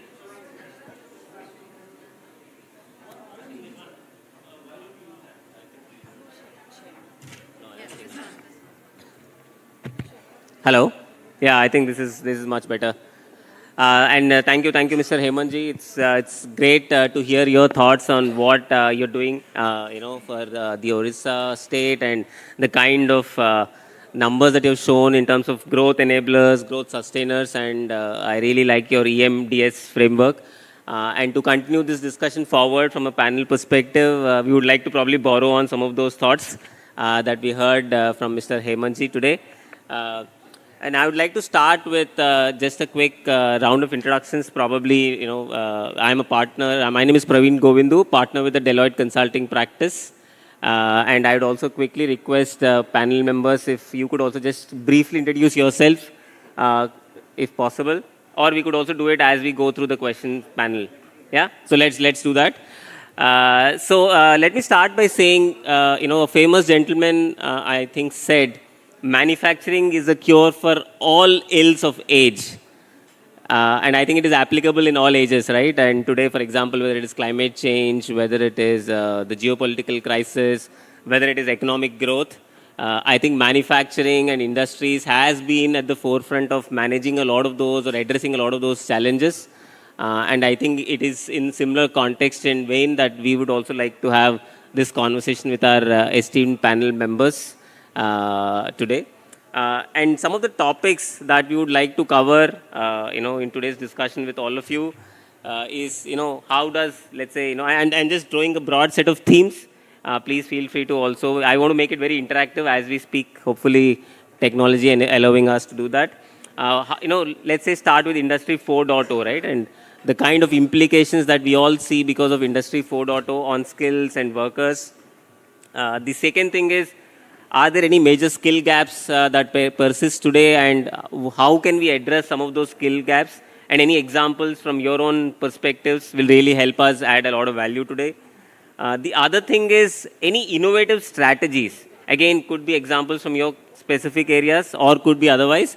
Any innovative strategies that you are looking at adopting to address some of these skill requirements from an industry standpoint, right? And Hemanji, please feel free to pitch in wherever you think, from a policy standpoint, something needs to be also done. And I think there is no conversation today that is not touching on AI, artificial intelligence or Gen AI. What I understand is generative AI is one of those technologies which will help the industrial worker the maximum, right? I mean, somebody and improve their productivity. So again, would like our esteemed panel members to give a perspective on how AI or Gen AI can support growth. Also, I think Hemanji spoke about diversification. So again, I would like to hear from the panel members in terms of what could be additional sectors, additional growth opportunities, and maybe with some specific examples from a Odisha perspective. Right? So these are certain areas that we would like to touch upon. So, maybe I would like to start off and please feel free, maybe Mr. Prem Singh, if you think you want to start. Yeah, right? But feel free to pitch in with your thoughts. The first theme or topic could be around Industry 4.0 and what do you think are the implications for skills given this changing trend?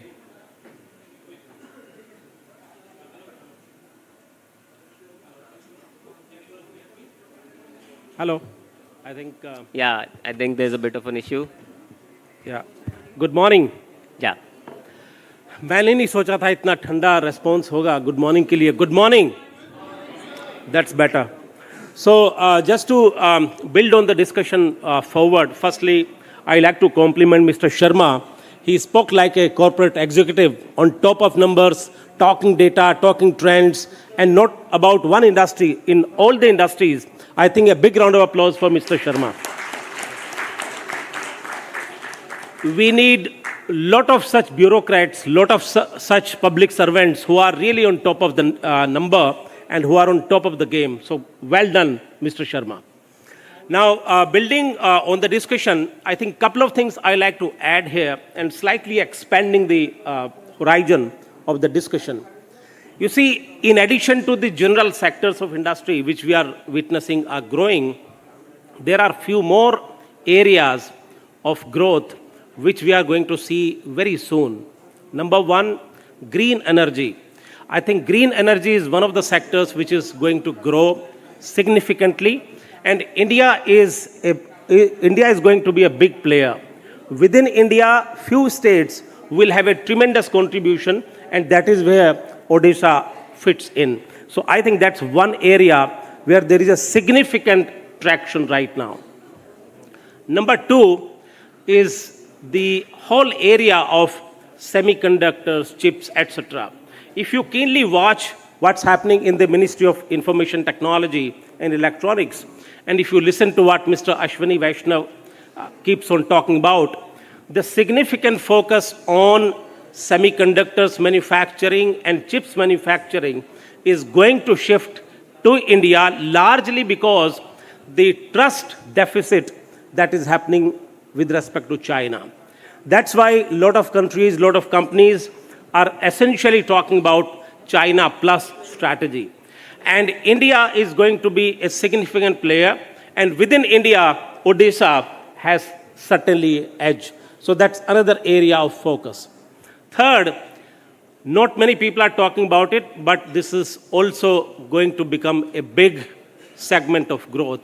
And that is the whole piece around wellness and health and the products associated with wellness and health. And there is a lot of emphasis on sustainable products.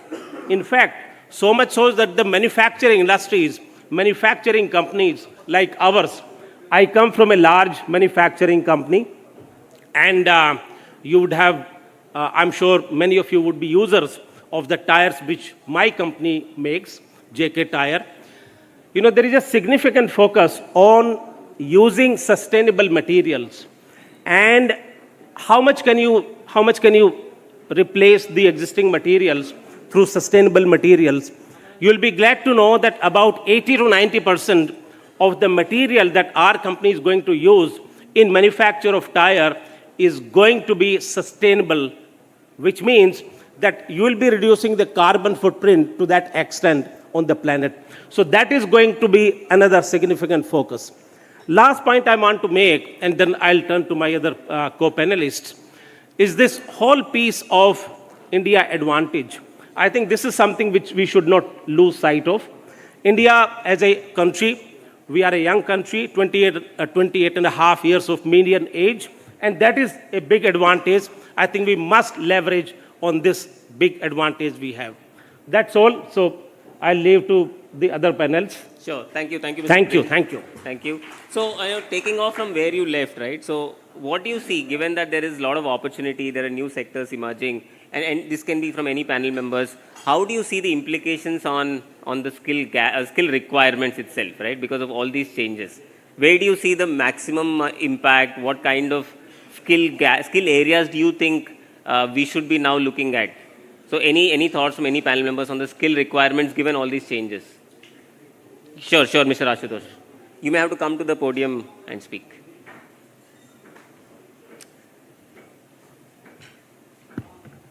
Right, so good morning all. To introduce myself, my name is Ashutosh and I am representing my company Nestle here.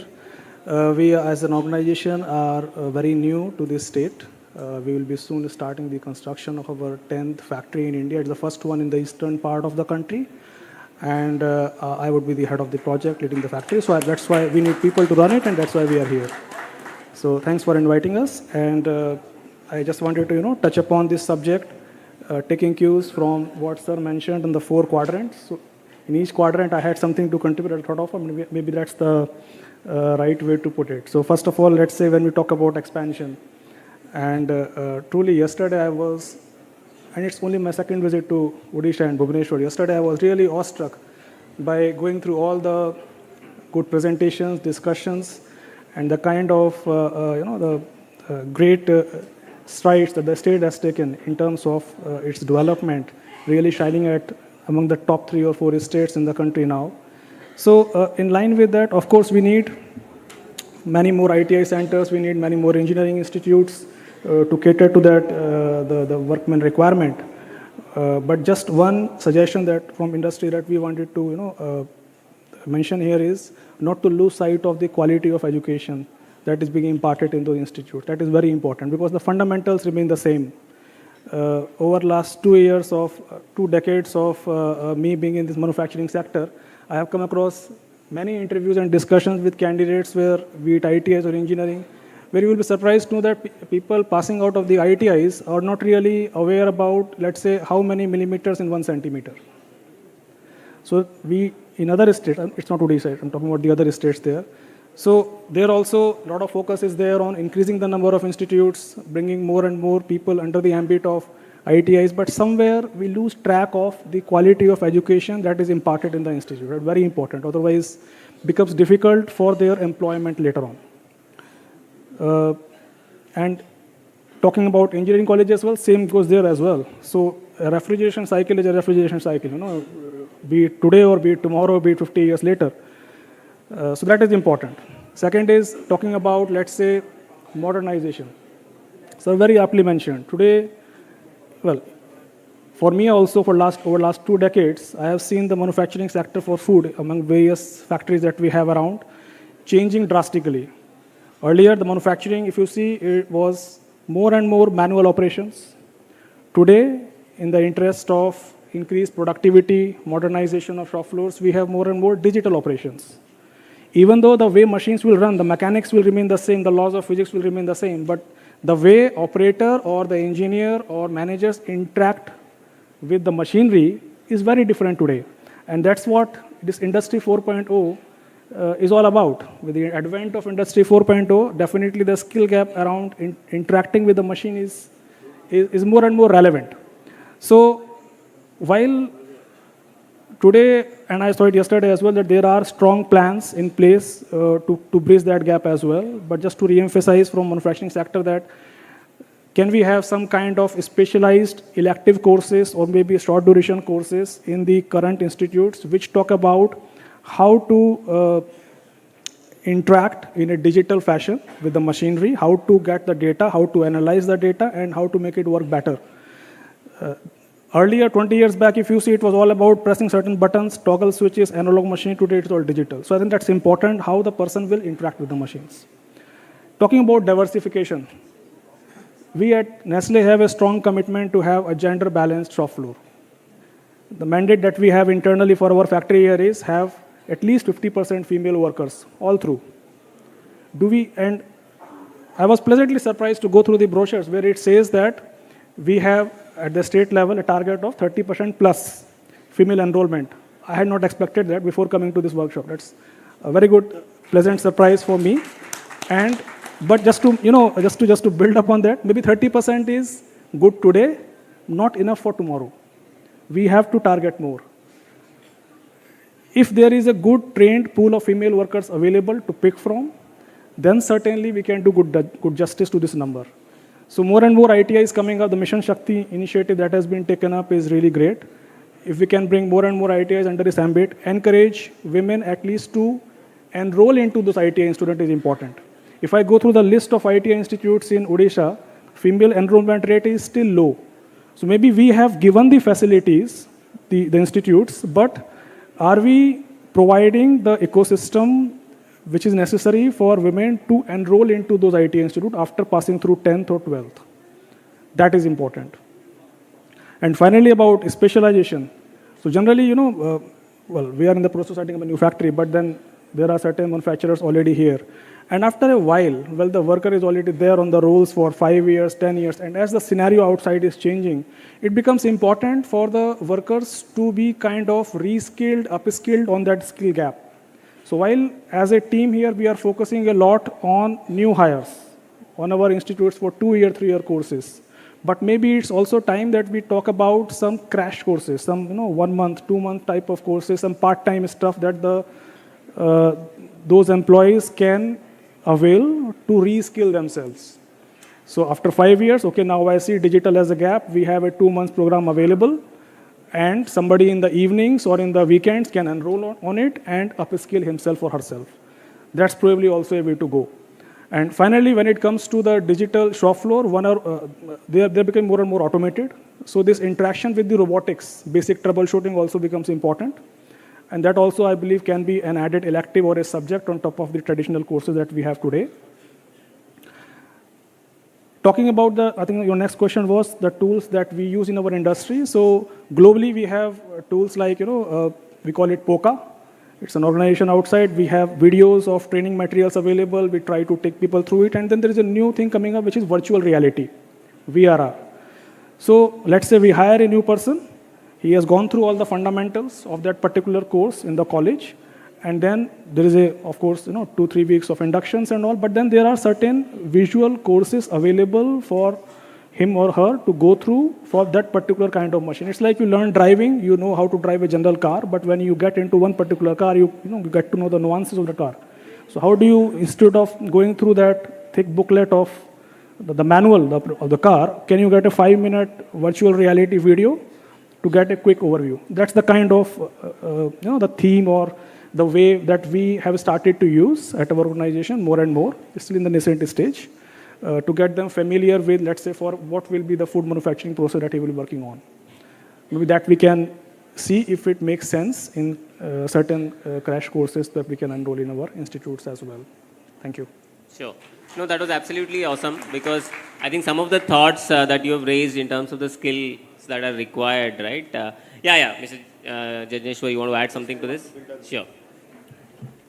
So, good morning, everyone. It has always been a pleasure to hear Mr. Sharma, because I was also a participant in the last CII summit in Jharsuguda, where Mr. Sharma also gave very nice examples. And coming to this particular topic related to skill, before I speak about that, let me introduce myself. I am Chief Operating Officer of Smelter Division in Vedanta Aluminum Limited, Jharsuguda. And last 33 years, I am into manufacturing, and that too, aluminum smelting only, from 1991 to 2024. Still I am continuing.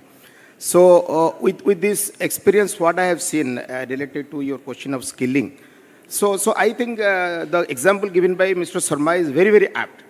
mostly if you see where we are operating our manufacturing domain, I think largely right now it is outsourced. Like you can say 70 to 80% is now business partner driven. Like our own direct employees are now hardly 20%. Mostly I think it is prevalent across all the sectors. I can just tell about my sector.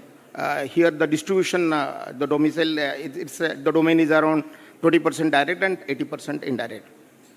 So if I go by Mr. Sharma's example, the mostly the other part, the 80%, they're actually skilled for life.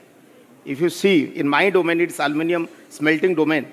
The people, they just get the expertise in the same set of job, and they are skilled for life. But for the direct people, they have the advantage. Like they keep on improving their skills and continuous upgradation of skills through various programs. So we have realized that, and we are now into a process of upskilling the business partner domain. So business partner, largely the entire business outcome will be driven through them only because they contribute. They are the 80% of the people. So in that aspect, what we are doing now we are actually tying up with good options available with us, like Wall Skill Center. We have now also, we are sending some people from Jharsuguda plant to Wall Skill Center to upskill them so that they will be our future trainers who will also train internally to our people. And also what Mr. Sharma told, that is about capacity building in other the things in the domains. But ultimately it is on the part of the industries themselves to implement. The state machinery they can support.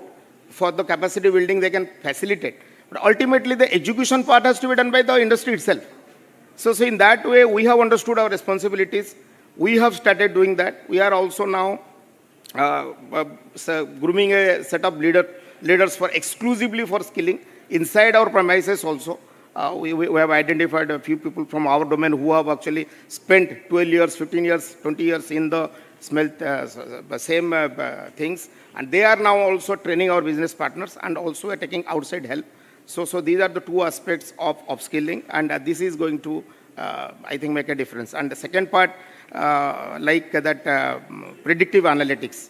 Now the situation has come, it is no more Excel sheet and doing something. It is all about predicting in advance. Like it is no more like you can afford to have a breakdown in your car once in a month. It's now you buy a car and up to 5 years you forget it because you know that the car is going to give its what for you have purchased it. So similarly, the industries in the manufacturing setup, particularly in my setup, I know 80% of the machineries they are now performing at 120% of the design capacity. So to run equipment at 120% design capacity and to improve the throughput by almost 20% to 25%, you cannot afford to have any reactive maintenance. It has to be predictive model. So predictive analytics is another skill which will be required. For that, now our focus is on the direct part first, because predictions part will be coming from the intellectual people. So that is also another aspect of skilling. One is predictive analytics. Second thing is like that, and also some as my panelist before he has told about our automations or something which are getting stacked up manually. Now the robot is doing that. So you need to train your operator for operating a robot. So mechatronics, robotics, and other type of skills, automation skills, and that is how the productivity can be boosted up, as Mr. Sona was telling. 24 million plant capacity gone up by 10 times what the manpower requirement what was there in 10 years back, and now it has gone down by 1/6. So that will come from that. It will all come from the skill development. So that's my take on that. Thank you. No, thank you.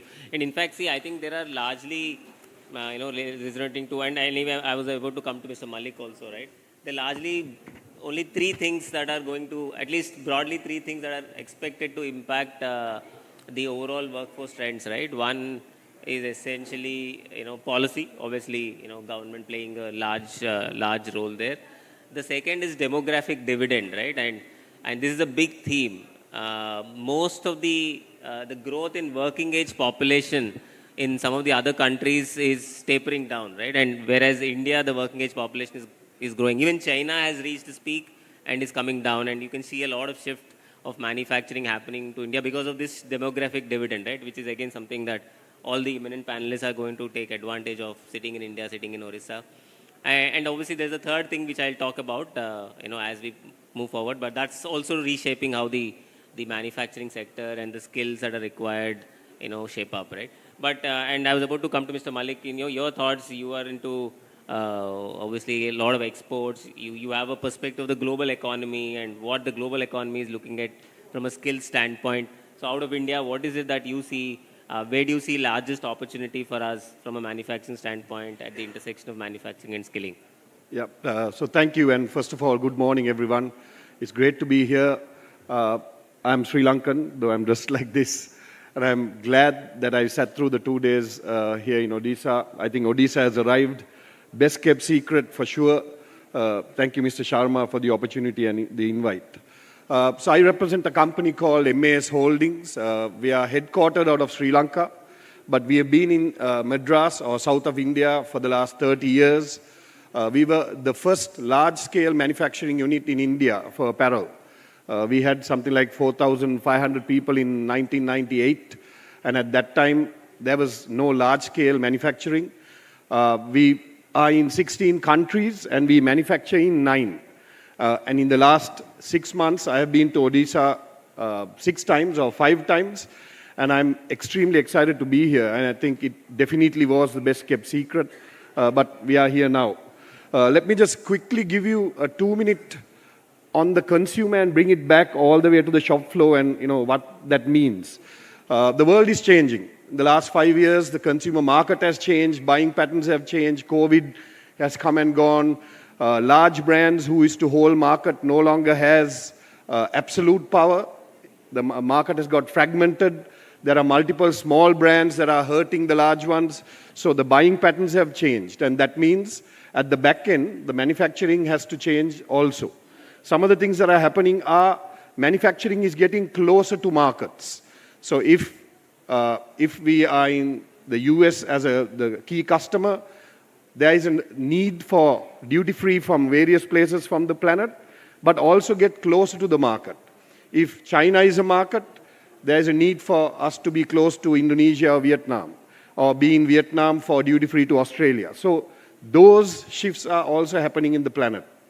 But then coming closer to home, to India, India is a huge consumer market on its own, 1.4 billion people. I think all the stats that we saw yesterday. India has arrived also.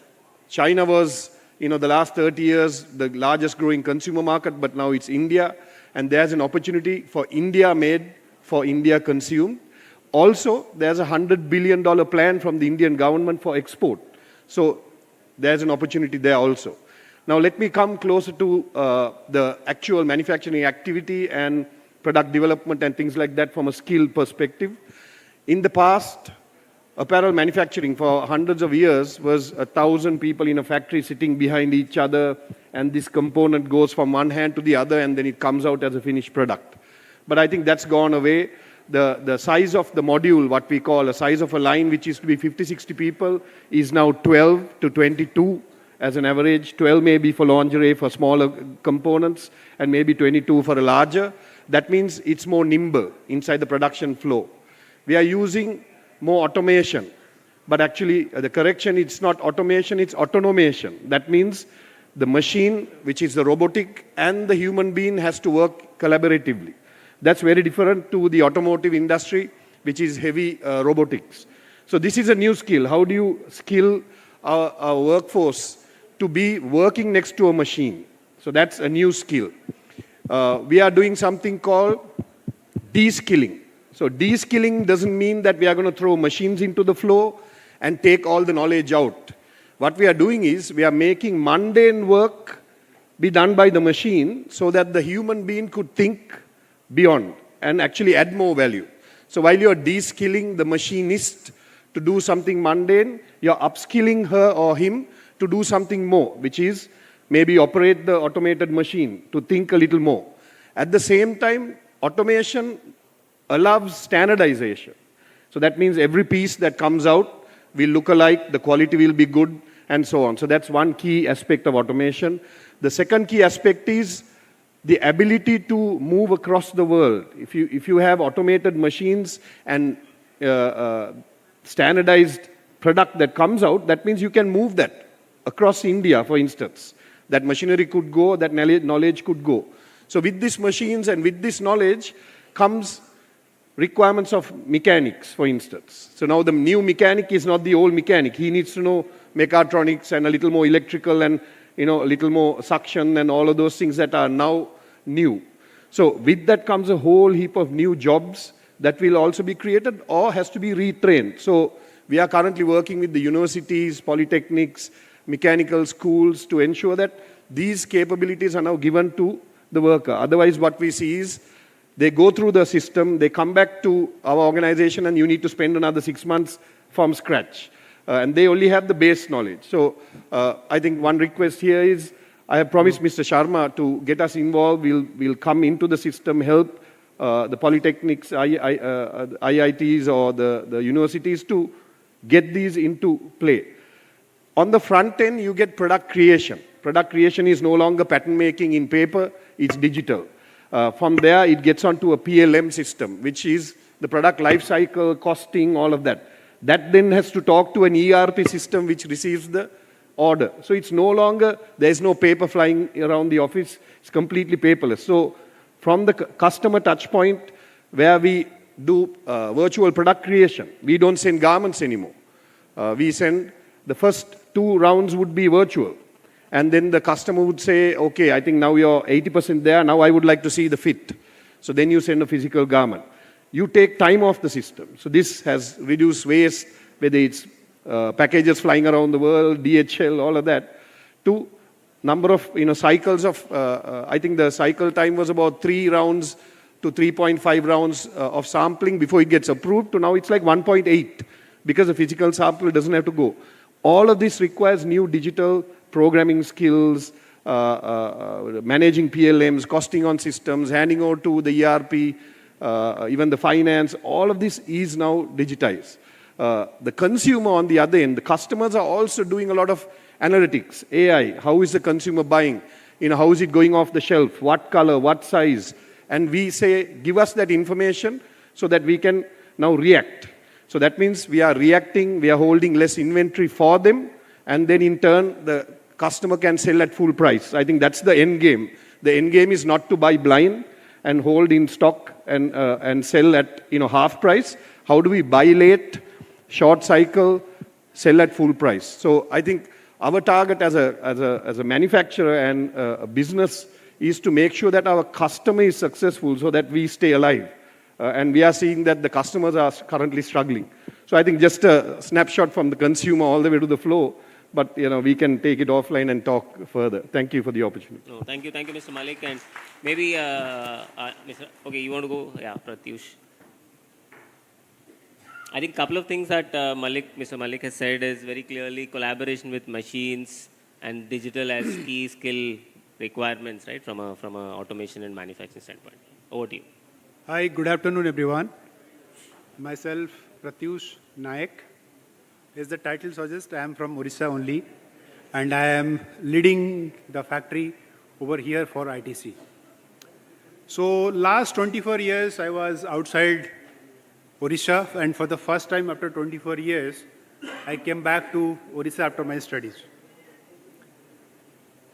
If you look at, we have started our operation a year back, and when I came back to lead the particular operation over here, and we are in the beginning stage of recruiting people. We are almost halfway through, and I have been told you have to recruit only female. And I have got serious doubt. How come with 100% female this factory is going to run? And it took us almost 4 months doing 600 interviews and taking 40 bright students out of them. Believe me, after almost 9 months right now, I can proudly say they are doing wonders. And the only person who make them feel that they cannot be possible, it's me, who is not ready to believe that this is something which is going to be possible. Let me put you a story how you make this particular thing happen. The day we recruit the entire set of 40 people, we have to send them to Calcutta because the factory is not here to give any sort of training. And believe me, all 40 of them were for the first time were visiting out of Odisha. And they comes back, they stayed there almost for a couple of months, get them completely trained. They came back and start operating on the machine. It took almost 3-4 months to build training, questioning. And after 4-5 months of detailed training, today if you look at all our indices, this factory is ranking almost either at number 1 or at number 2 across all our factories in pan-India. Second, if I talk about the Industry 4.0, this is Industry 4.0 as it looks. It is definitely going to help. But what basically it does? What it does actually, it will give you a particular framework in which there is a dashboard which is going to tell you these are the problems which the line is having. But ultimately at the end of the day, a person has to intervene and get that things absolutely corrected. It's not, the technology is not going to solve the problem. The problem is ultimately going to solve by the person. The degree to which the problem is going to solve depends how much the particular person is concerned. If the concern is low, the problems reappear after some time. And if you look at the concern is directly related to majorly into 3 things. Number 1, does the value of the organization and the value of the person, if there is a mismatch, it is never going to happen. Second, do I really believe that I can solve this particular problem? The second biggest factor is the belief. First one is the value. And third one is the self-image. Unless until these 3 of them do not in line, we will have a repetitive issue. That is why if you go through that last slide of Mr. Sama, who is talking about life skill, these are the 3 things which must be taught in detail. Then only you will come out of the problems on a real sense. Unless until people do not know about it, will reappear with issues. Second, if you understand the Dale Carnegie study, it clearly talks about 85% of the career success comes from personality, your ability to connect, lead, and negotiate. Believe me, none of have been taught in our schools or college. We never teach how to build influence. We never teach how to create impact. We never teach how somebody could be a very good communicator. Since all these things are absent, fear is by default. Hence, if these issues are not being addressed, if the parent does not know, teachers does not know, if somebody has to take care of this, then only it is, we can, the target, whatever we are looking into, can only be fulfilled if this set of parameters are being taken care of. Third, there is an institute called Institute of Consciousness. If you look at their study, India is not even appearing in the list of 1 to 100. That means we in India are living, I'm very sorry to say this, the level of consciousness is really, really low. And with such a low level of consciousness, if you want to impact something, unless until the level of consciousness is not building up, it's never going to happen. So these are my takeaways, and corporate has to work on these, corporate has to work on their employees to build on this, because these are the primary driver through which you will build confidence, will inculcate a different kind of a culture, so that it's a win-win for everybody. Thank you. Thank you, thank you. Yeah, Mr. Anjani, I think we are short of time. Probably we're already running out of time. So, Mr. Anjani, your thoughts on skills, where the gaps, requirements could be, and then maybe after that, Mr. Srijit, if you could. also share your points, please. Yeah. Please go ahead. Thank you, and good morning to all of you. Myself, Anjani Misra from Sahi Exports. We are one of the largest garment manufacturer and exporter of the country, with over 1 lakh employees across our 56 factories located in 8 states, including Odisha. Because we are, that needs round of applause, because we are witness of the Odisha's best policies. In fact, before 2015, because we landed in Odisha 2016, our first factory in Odisha was inaugurated on December 2nd, 2016. And throughout these 8 years, we are proud to say that we are honored and we are blessed by the Odisha youth, and especially female. As in apparel industry, you know that the female are the backbones. Out of 1 lakh employees, 75% are women. In itself, Odisha, we landed with the first unit in 2016, and we are thankful to the Department of Industries, Hemant Sharma sir and team, that we expanded our second unit in 2022, and now we are planning for the third unit also, sir. And I hope we got the land soon to set up our third plant, because in these 2 factories, we are getting support of almost 6,000 employed, and especially female.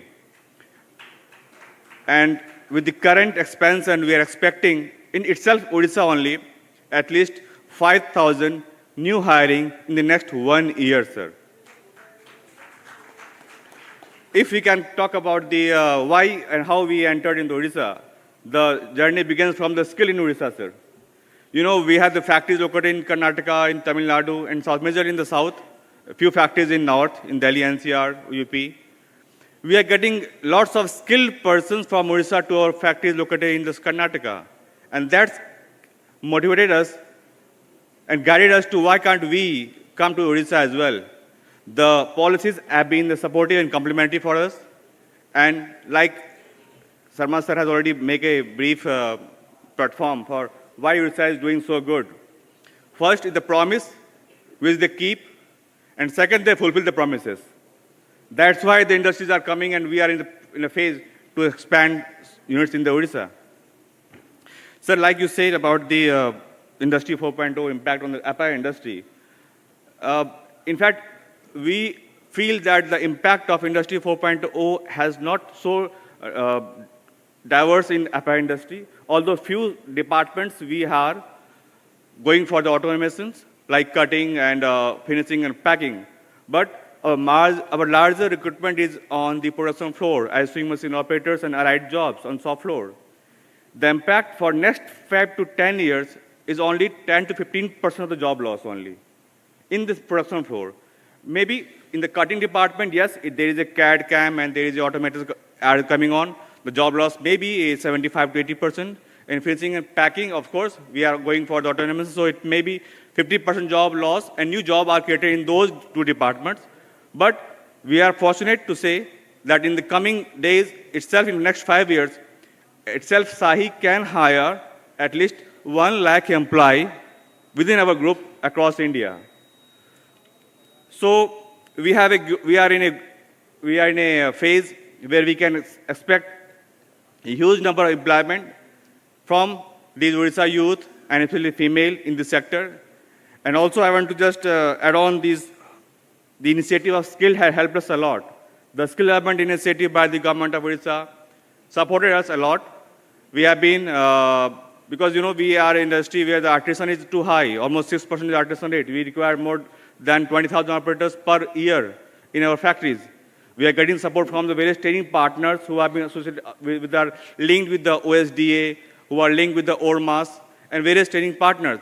So in line of that, we also tried, why can't we also set up centers where we can get the trained manpowers, because there is a skill gap, you know. The centers are not aligned with the production floors.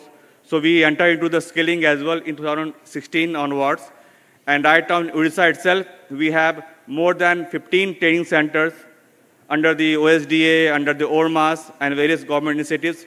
And we are training those female candidates across various districts, and we are placing them in our factories in Odisha.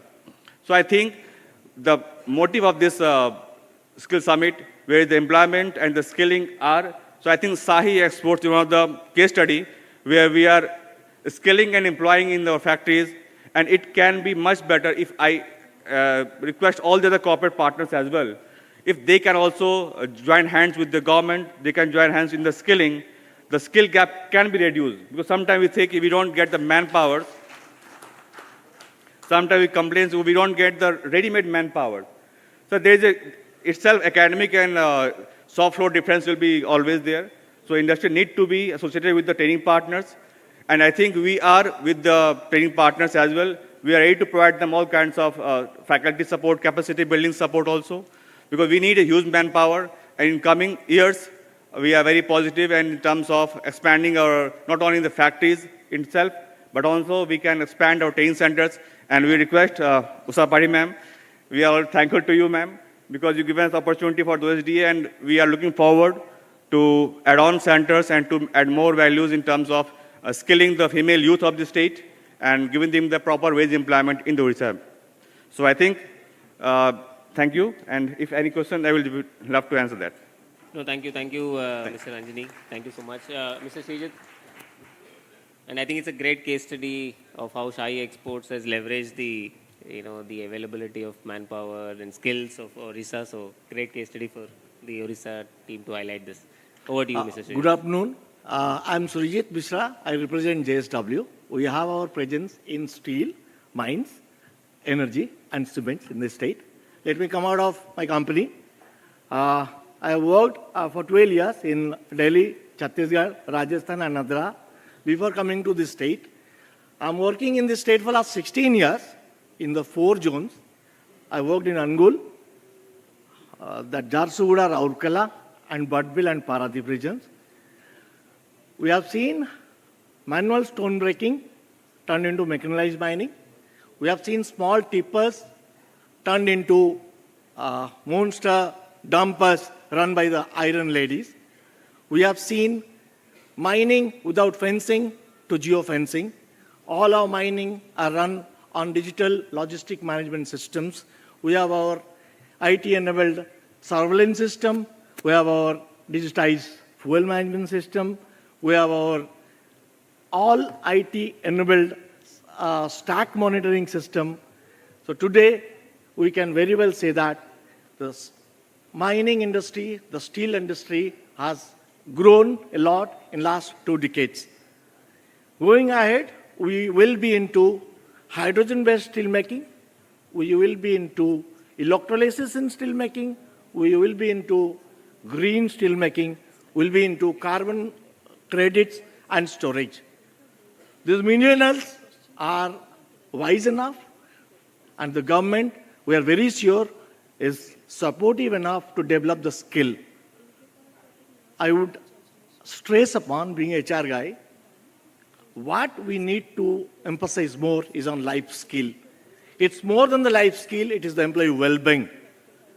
If we would like to be number one as a workforce in the days to come, if we are to compete with the manufacturing giants worldwide, we have to look at the professionalism, the discipline, the punctuality of our workforce, and workforce in totality, the well-being of workforce. And when I say this, I caution, we are the first generation industrial workers. So, and we don't have much time because generation changes every 4-5 years. So we have hardly 3-4 years, 5 years with us to ensure that we work on the employee well-being. We work on the holistic development of a workforce so that they are professional enough to compete the world-class workforce. Thank you very much for giving this opportunity. Thank you. Thank you, Mr. Anjani. I think, great thoughts from all the panel members. Just, I think we've run out of time, but any final thoughts, and given that we've heard keywords like digital, automation, women, grassroots education being very critical from a skilling standpoint. Vendor upskilling is also something that we heard about. All right, so a lot of good thoughts. Just want to close. Any final thoughts? Maybe Hemanji, if you think, is there anything that can also be done as a reaction to some of these inputs that we are receiving? Is there something that you want to add to this? And anybody else, any final thoughts on this matter?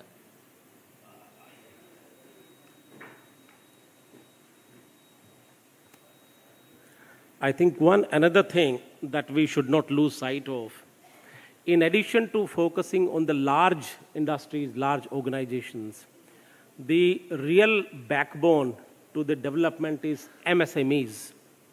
And if you look at the Indian economy today, about 40% of the employment is contributed by the MSMEs, and about 30% of the GDP comes from this sector. So the skill development and skill reskilling or upskilling must be equally focused on this very sector, because such a large country with young age, the medium age being 20.5 years, if we have to grow into becoming a very vibrant economy, it's only fair that we must meaningfully engage these large number of young women and men so that they are meaningfully contributing to the economy of the country. One final point I want to make with respect to this sector: we should focus not only on developing skills for employability, perhaps equally or more, we should focus on developing entrepreneurs.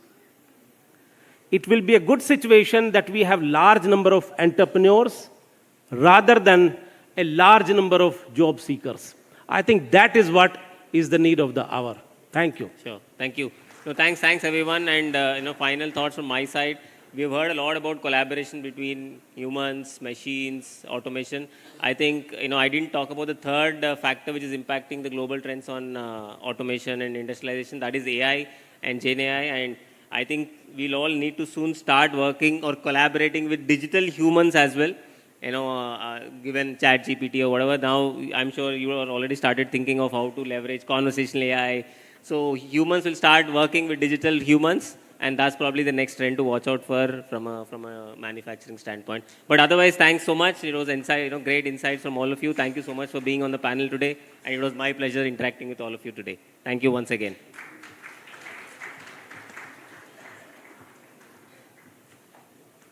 I request all the dignitaries present on the dais for a group photograph, and I'd be requesting CEO OSDA Sri Raghuji to please come and join us along with the gentleman on the stage, and to do the honor will represent a token of appreciation in the form of traditional handloom of our state.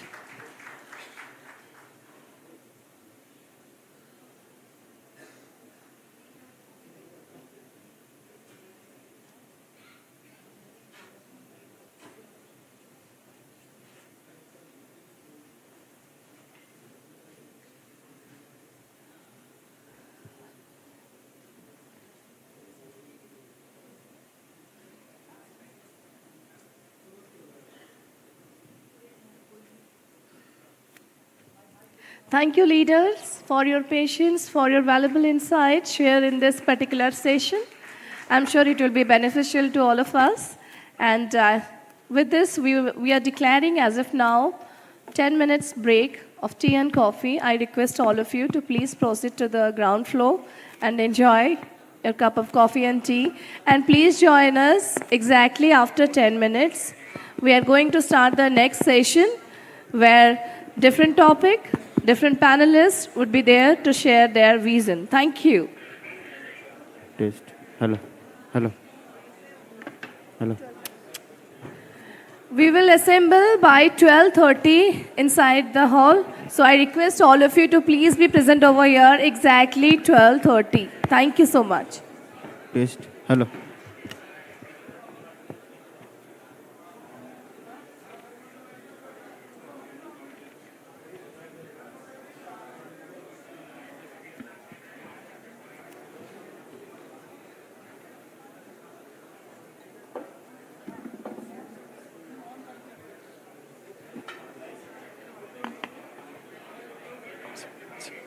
Hello. Check, check, check.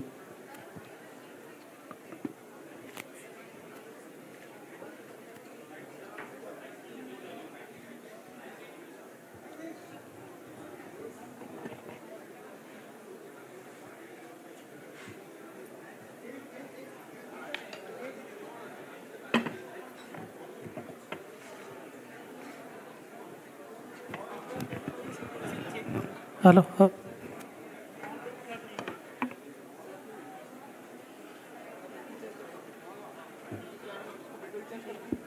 Hello. Hello, hello, hello, hello. Hello.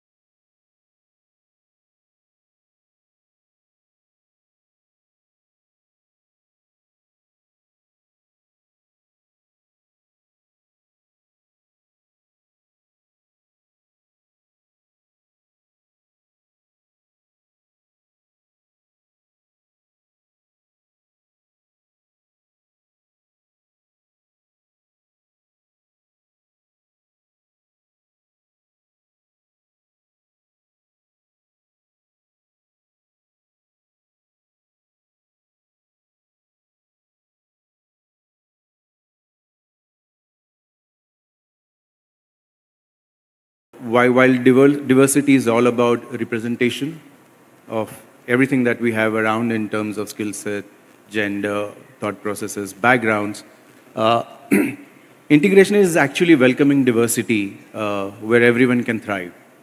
So I think we need to really focus more on creating a culture where the entire hierarchy of the organization is able to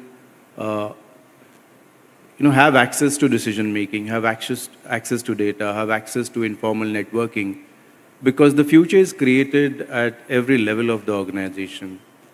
We have to create, and interestingly, office infrastructure is playing a very key part in defining the culture of the workspace. And that's one area which has not been really focused as much.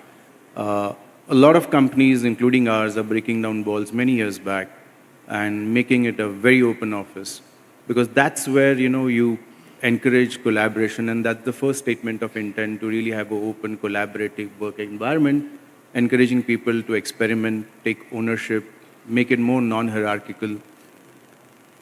And I think the other area which everyone is focusing on, and so are we, is the ability to be able to experiment, try newer things. Some will fail, some will be very successful with, and that's how I think you help create the future and try and work in the changing business environment.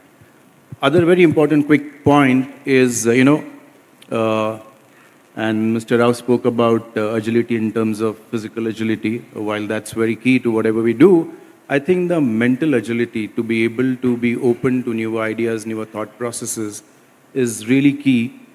And continuous learning.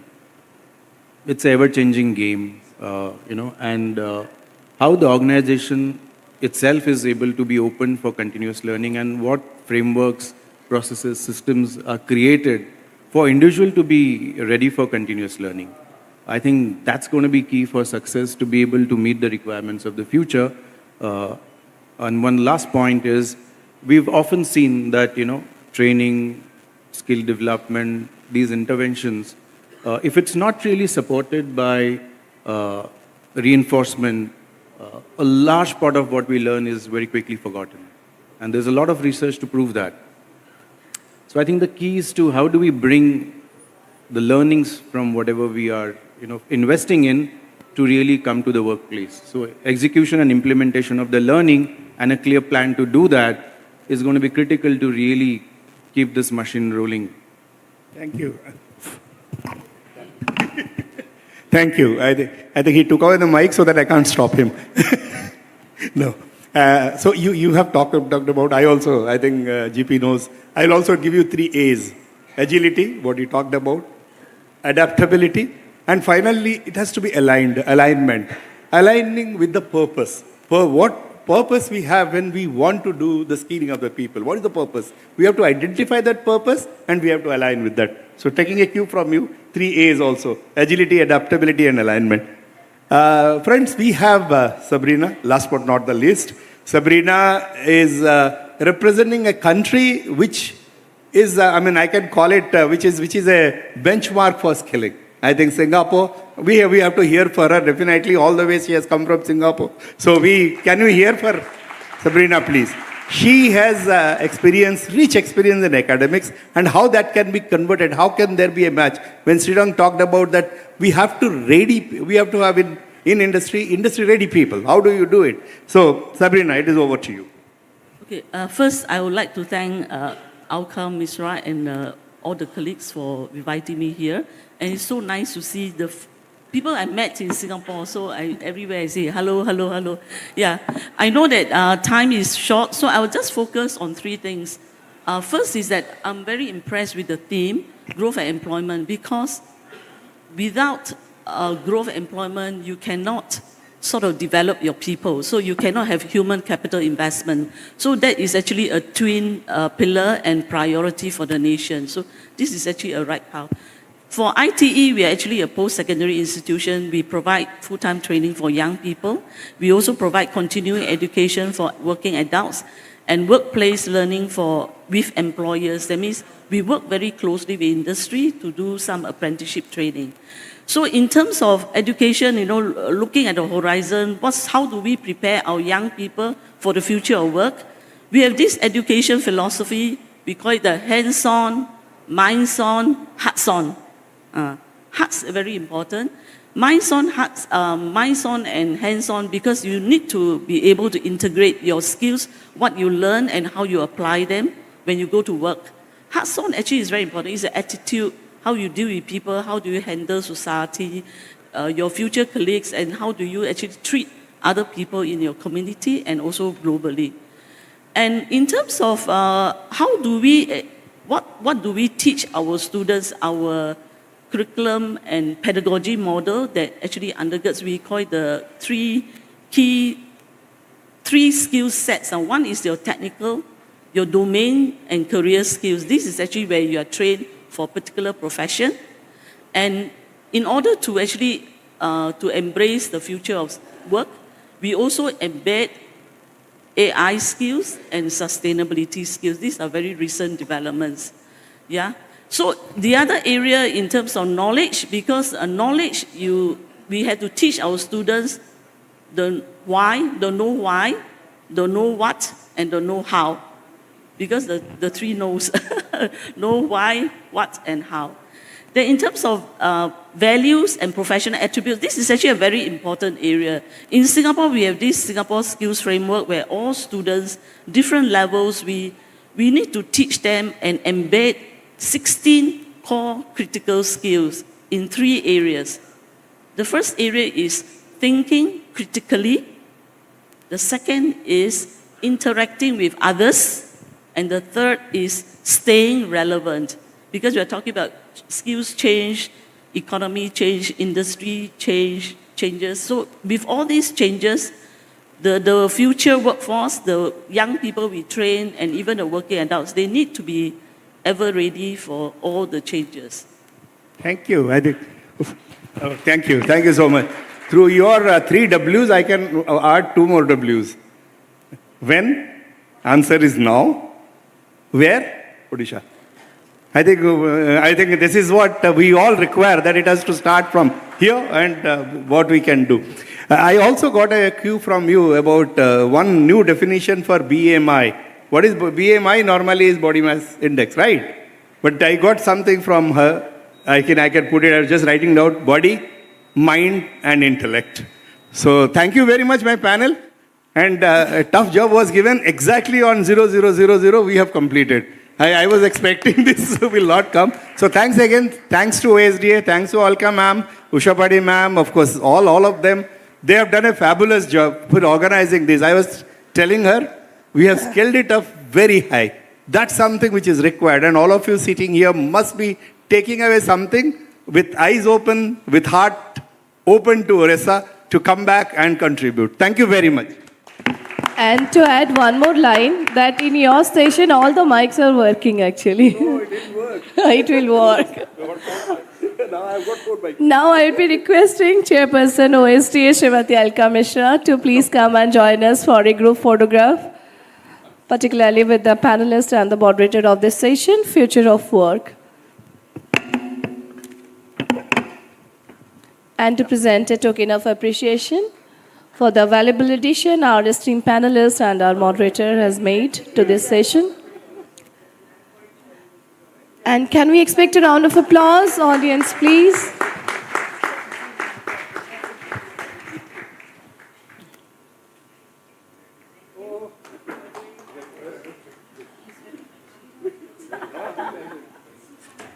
Ms. Sabrina, I would like to draw your attention. This is a representation of our traditional handloom from Odisha. It's matching, yes.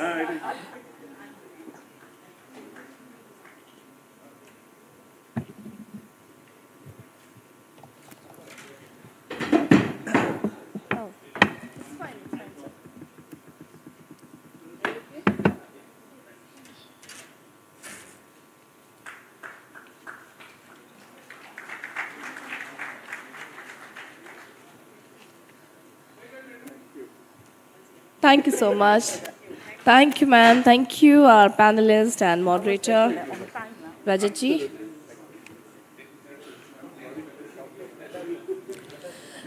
So, now we will move for the next session, and post this, we would be announcing the lunch break. This session is all about digital transformation. In a continuously evolving landscape of work, the role of innovative technology in enhancing workforce efficiency has never been more critical. The accelerating pace of technological advancements is influencing how organizations optimize their workforce and leverage the potential of their human capital.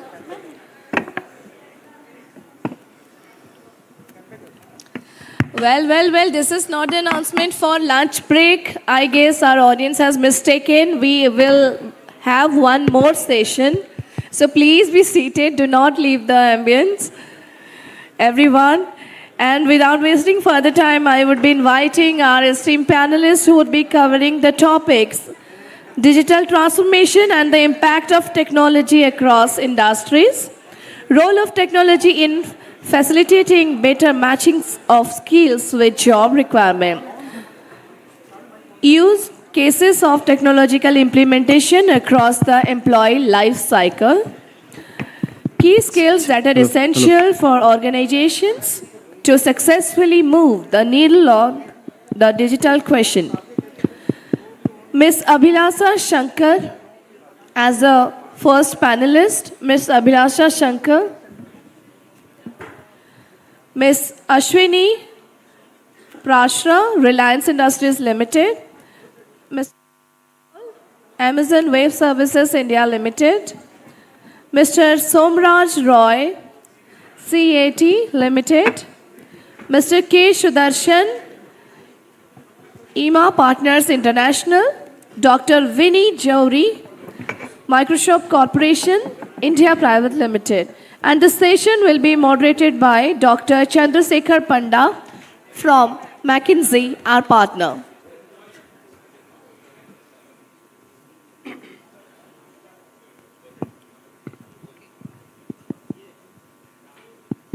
Yeah, it's working.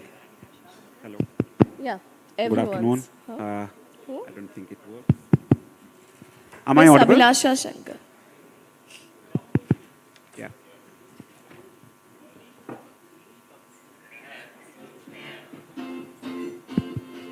Yeah, good afternoon, everyone. Yeah. Thank you so much for being patient since morning and being part of this session. Last 2 days, we counted few things, actually. How many times digital is being used as a word across this? Total 67 times. AI was being called out 42 times so far. Maybe this is the 43rd. Gen AI was being called out 22 times. So that means there is a lot of synergy which comes across to this forum, and there is a lot of interaction is happening. As we speak, the state is also, as Odisha is also embarking as a part of the overall ecosystem. The state has, as a part of NUA Odisha, Nutanonat Abhilasha, the state has also been doing remarkably as a part of digital skilling, whether it is Digital for All, which is one of the CM's flagship program, as well as a part of some of the ongoing effort it is driving. Hence, as a moderator and also a fellow ODI from the state, I'm looking forward for a great session with my panelist colleagues. How we'll start, we'll structure our discussion in two parts. One, we'll focus across what the industry is looking across from the digital part of the story. And then the second part is also going to look across how we are going to bridge this gap and how we are going to address this, right? I have my colleague, K. Sudarshan, he's from EMA Partner. So how you look, Sudarshan, at this point of time, right? What are the, like everywhere there is a buzzword around digital skilling part of it. But when you look from a executive search and the recruitment part of the story, right? How these things are being narrating, how is the overall ecosystem is evolving as we speak? Thank you, Chandrasekhar. Firstly, many thanks to the Government of Odisha and the Skill Development Authority for inviting me here to be part of this panel. So I'm just very conscious of time, so I'm just going to take a couple of minutes. The digital transformation we speak about as a, it's sort of we paint everything with a brush of digital transformation. And it's a question of how is it touching, and it's not so complicated, so to say, when you talk of digital transformation. So we had a couple of use cases where we worked with the government of Odisha. So I'm not wearing the hat of an executive search consultant because our business is more focused on senior leadership hiring. So we have actually funded a company which is a technology marketplace in recruiting called My Cloud, which did some work with the government of Odisha. So we have a client in Odisha, that company in the sense, My Cloud, worked with the government of Odisha, especially in the districts of Raigada and Kalahandi, where the project was to recruit about 1,000 people, 1,000 girls actually, from socially and economically challenged backgrounds. And that is where I'm so glad to see the way the government responded. So our team actually got in touch with the district collectors of Raigada and Kalahandi districts. And they in turn put our teams in touch with the district educational officers. The DEOs were extremely supportive. In fact, they participated in the process and they helped. Actually, this is also these positions, so to say, or the entire drive was advertised in the local media so that the girls could actually respond to the advertisement. So what we did, the process was actually facilitated digitally by the DEOs, their offices. We helped the teams actually helped the girls fill those forms on a digital format. They were all mobile enabled, and they also actually through a QR code they could access the interview portal. They got themselves interviewed. It was a proctored interview process, and finally about 250 girls from the socially and economically challenged backgrounds were onboarded with the client.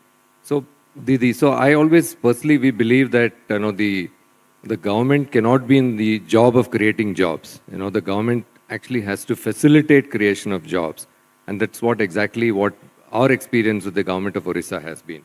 And I would actually like to compliment the state officials to ensure that the project became a huge success, because without the support of the local, the district collectors and the DEOs, this wouldn't have been possible.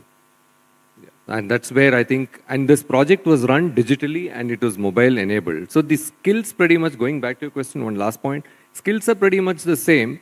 Today we are putting a digital front to the skills and in enabling that people are able to present themselves with a digital front. And that's what really worked.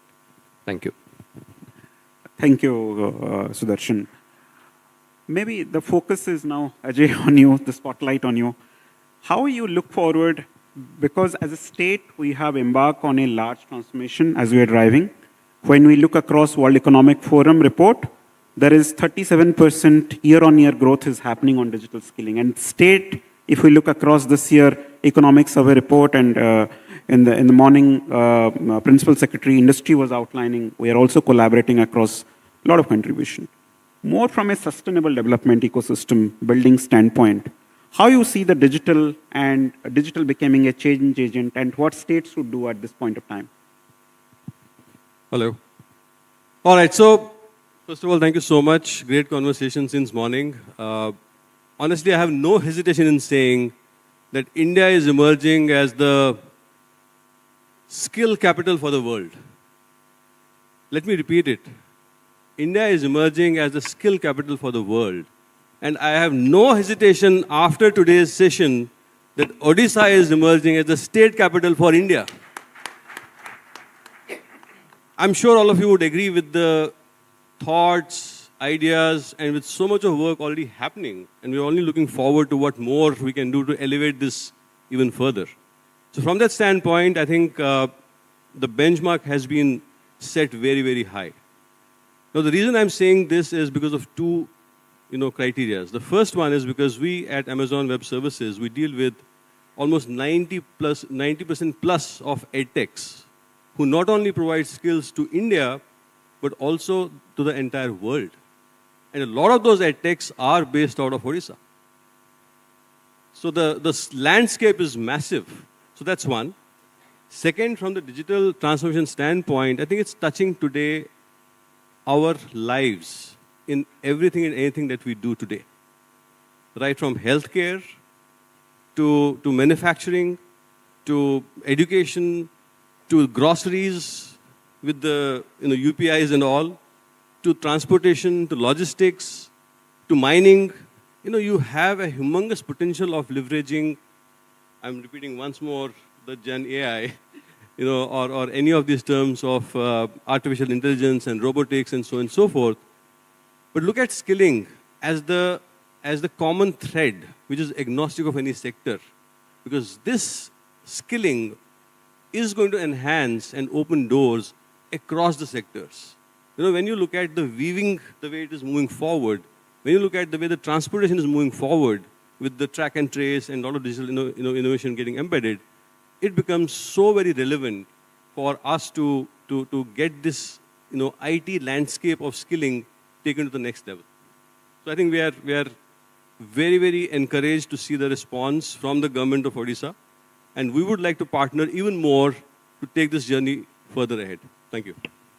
Thank you, Ajay. Maybe now switching the spotlight to Biniji. 3 weeks back, I met Satya during his visit. I think AI is emerging as one of the big themes for Microsoft. As a part of the AI and where the new skill and the digital needs, right? And he mentioned one area.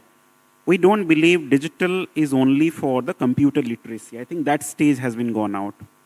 Now the situation is that across the diverse curriculum where we have, there is a new emerging trends are coming. Yesterday, some of the fellow panelists are also talking about Germany does this beforehand, the forward-looking approach. In the situation of our emerging tech player who are coming from the state, as Ajay also outlined, where you see there is a large pool of opportunity that is currently there, and how, as a state, we can tap into those opportunity, along with the CHRO colleagues who are also in this forum as well. So, first of all, heartfelt gratitude for inviting me here to the chairperson of OSDA and the government. And it is so inspiring to witness the sessions for 1.5 days now, and to see the passion with which the investments in skilling are being made and the benchmarks that are being created. As we see that the technology, especially AI and generative AI, it is going to create such a huge opportunity for new jobs and reforming almost impacting positively every single sector, whether it's agriculture, manufacturing, finance, retail, healthcare, education. Every single sector will have positive impact. As per the estimates from McKinsey, by 2027, the global AI market will contribute to about $7 trillion to the GDP. So if $7 trillion for a $7 trillion contribution by AI, you can imagine the number of jobs that will get created. And it is for the first time, it's such a momentous time that with technology, you can actually use it in meaningful ways because you can converse with technology rather than become a specialist. So in the context of education, Microsoft, for example, offers huge number of courses and learning pathways, right from a level of a school to school, from school dropouts to school to youth, engineering institutions, management institutions, ITIs. And these courses and pathways are linked to job roles, whether it's artificial intelligence, cloud, AI. And these courses and certification pathways are available in local languages. So the learning portal, you can view all the content in Oriya. So generative AI makes it possible to have personal tutors for students. You can talk to them. You can have a co-pilot for teachers where you can create content in local languages. You can convert the existing technical literature into local languages and offer support. And the third important piece is governance. because it's not just enough to skill students or teachers or set up an infrastructure. You should be able to see and track the progress as to how students and teachers are interacting, what programs are working and not working, where probably changes need to happen. So from a governance standpoint, dashboards, AI enables you to talk with the data and lead with insights. And these are all areas where we can support. My colleagues have mentioned you need sandbox environments to tinker and have hands-on experiences, mentorship, connect to jobs, entrepreneurship. And at Microsoft, all these pieces can be made available, and we could partner and explore support along with CSR as well on top of that. Thank you. Thank you so much. Now we'll put forward how the industry, because we also heard today there are a lot of industrial policies coming across. Actually, Odisha has the best IPR industrial policy which has been released. We benchmarked last year. It is one of the top 3 industrial policy. But that also required Industry 4.0 and the digital automation around that. And maybe, Ashwini ji, how you think from a transformation side, and because the organization that you represent, at the same time the divergence that you see across, what is the opportunity that we have? And as Odisha is attracting a lot of investment and forward-looking milestone, as Principal Secretary Industry outlined in the morning, where we have opportunity in the context of digital adoption, and maybe if we have to focus for next 18 months, 24 months, where we should double down on. Thank you for that. If you don't mind, I'll just stand up a please. little. Okay. First and foremost, absolute honor and privilege to be here this afternoon. Thank you for having me over.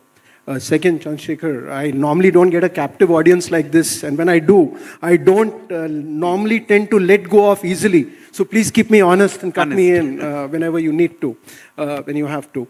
Let's spend a few minutes and just think about what we've seen in the world, right? We've seen Brexit, okay, absolutely. You now have the Ukraine war, which has really come about. Start COVID, okay, how can we forget that? And you start to apply some of the terms that we are familiar with, like VUCA, or Bani, or Root, or Tuna. They don't make sense anymore, okay? Because what we are actually seeing, to my mind, is nothing short of tsunamic disruption. And at the heart of tsunamic disruption is digital transformation. Now, when we think about digital transformation, and you talked about what we should be looking at over the next 18 months or so, or where we are going with this, to me, three words really, or three things come to mind. One is really about talent. The other is about technology. And the third, really, to me, and that is really where I want to spend a few minutes on, is really the culture that we are looking at as we think about the future. Let's start with talent for a moment, okay? And talent, I think 1997 it was, from McKinsey, you had the war for talent come into play. That war for talent is going to continue for the next 3 decades, 2.5, so on and so forth. But what I must tell you, what I'm enthused with, and I had the absolute privilege of visiting the World Skills Center, what I saw there, what I experienced there, leaves no doubt in my mind that we will take care of talent in our own way. We'll be able to reach out to grassroots.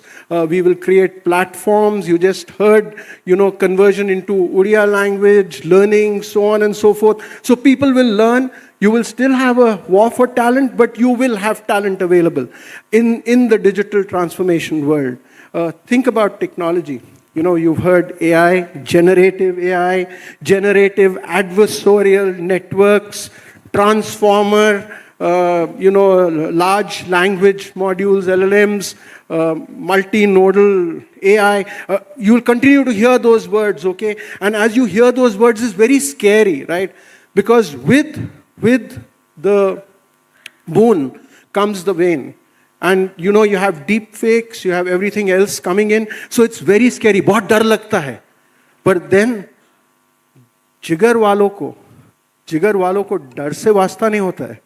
वो वहां कदम रखते हैं जहां रास्ता नहीं होता है. So as humans, we will continue to tread that not beaten path and continue to drive our agenda forward on this.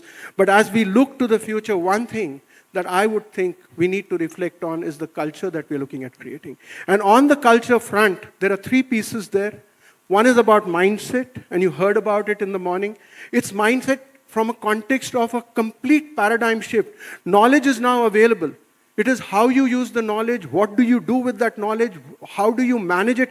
Chat GPT, right? You think you can go and type in something and you'll get the answer. If you don't know how to ask the right question, you will not be able to drive that agenda and not be able to take that forward. So really, mindset is one thing. Second, you've heard that again, collaboration, teams. You will work in multiple teams at different points in time. So far, we've been used to working with one team, normally for a period of time, but now you'll work through multiple teams at different points in time, and that will again come into play. But most importantly, as you start to think about, working in teams or working this, is integrity. It is about data integrity, it is about professional integrity, it is how in this digital transformational world we maintain our integrity. And integrity to me is all about there not being any right way to do a wrong thing.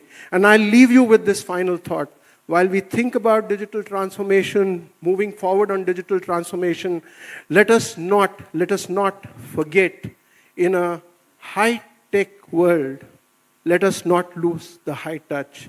We need to still continue to connect with the people, and that connect can only happen with the heart, and no digital platform can drive that connect with the heart. Thank you so much. Thank you, Ashwini ji. Yeah. Maybe my last question on this panel to Mr. Somraj. I think there has been a lot of humble attempt is happening across the tech transformation piece.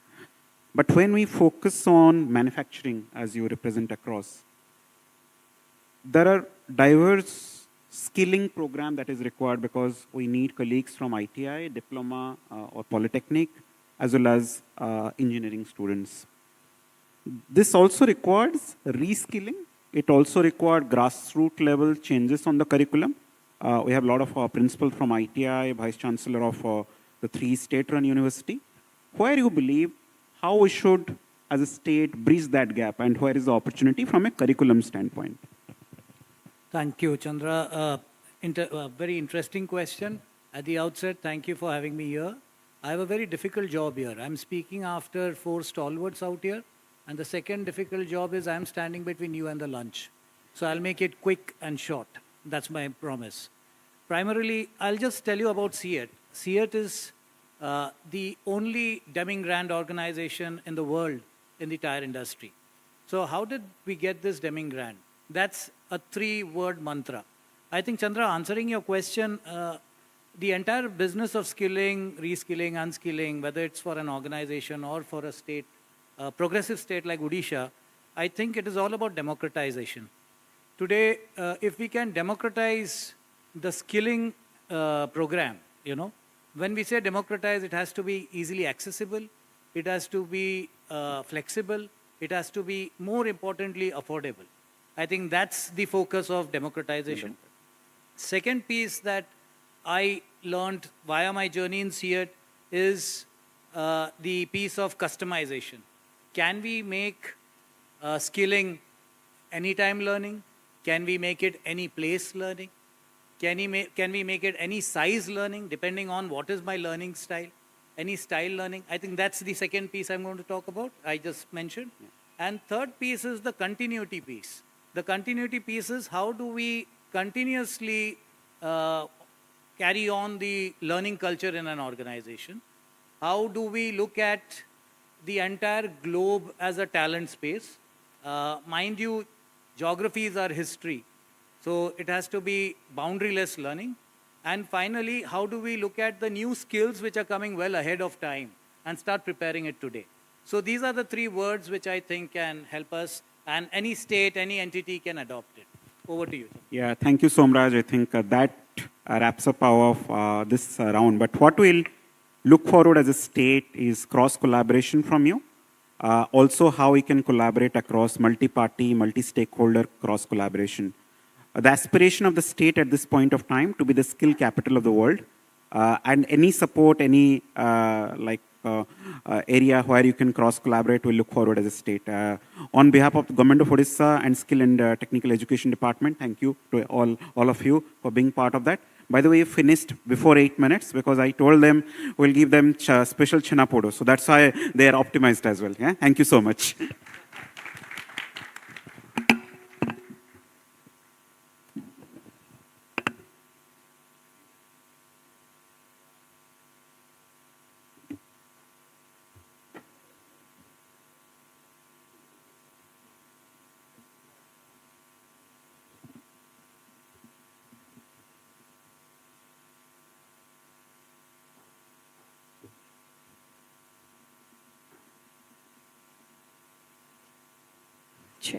Thank you so much. I'd be requesting CEO OSDA, Sri Raghuji, to please come and join us and to present a token of appreciation to our esteemed panelists present over here.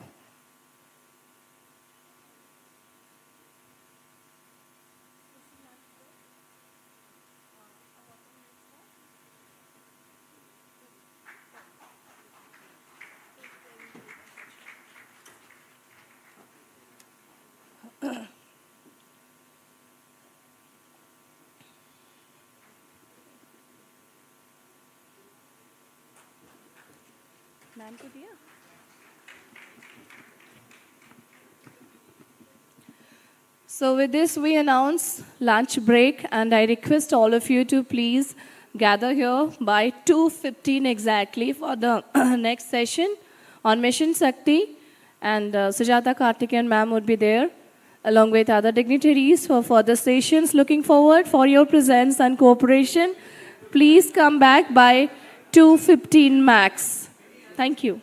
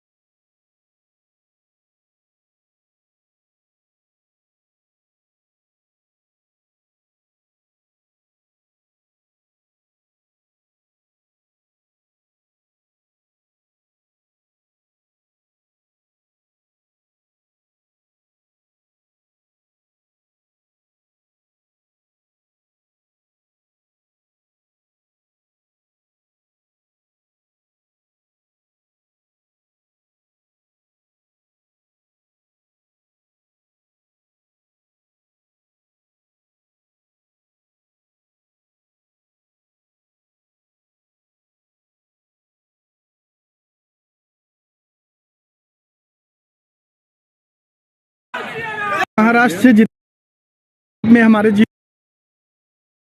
और जितने मंत्रस्य बद्ध पद्मासन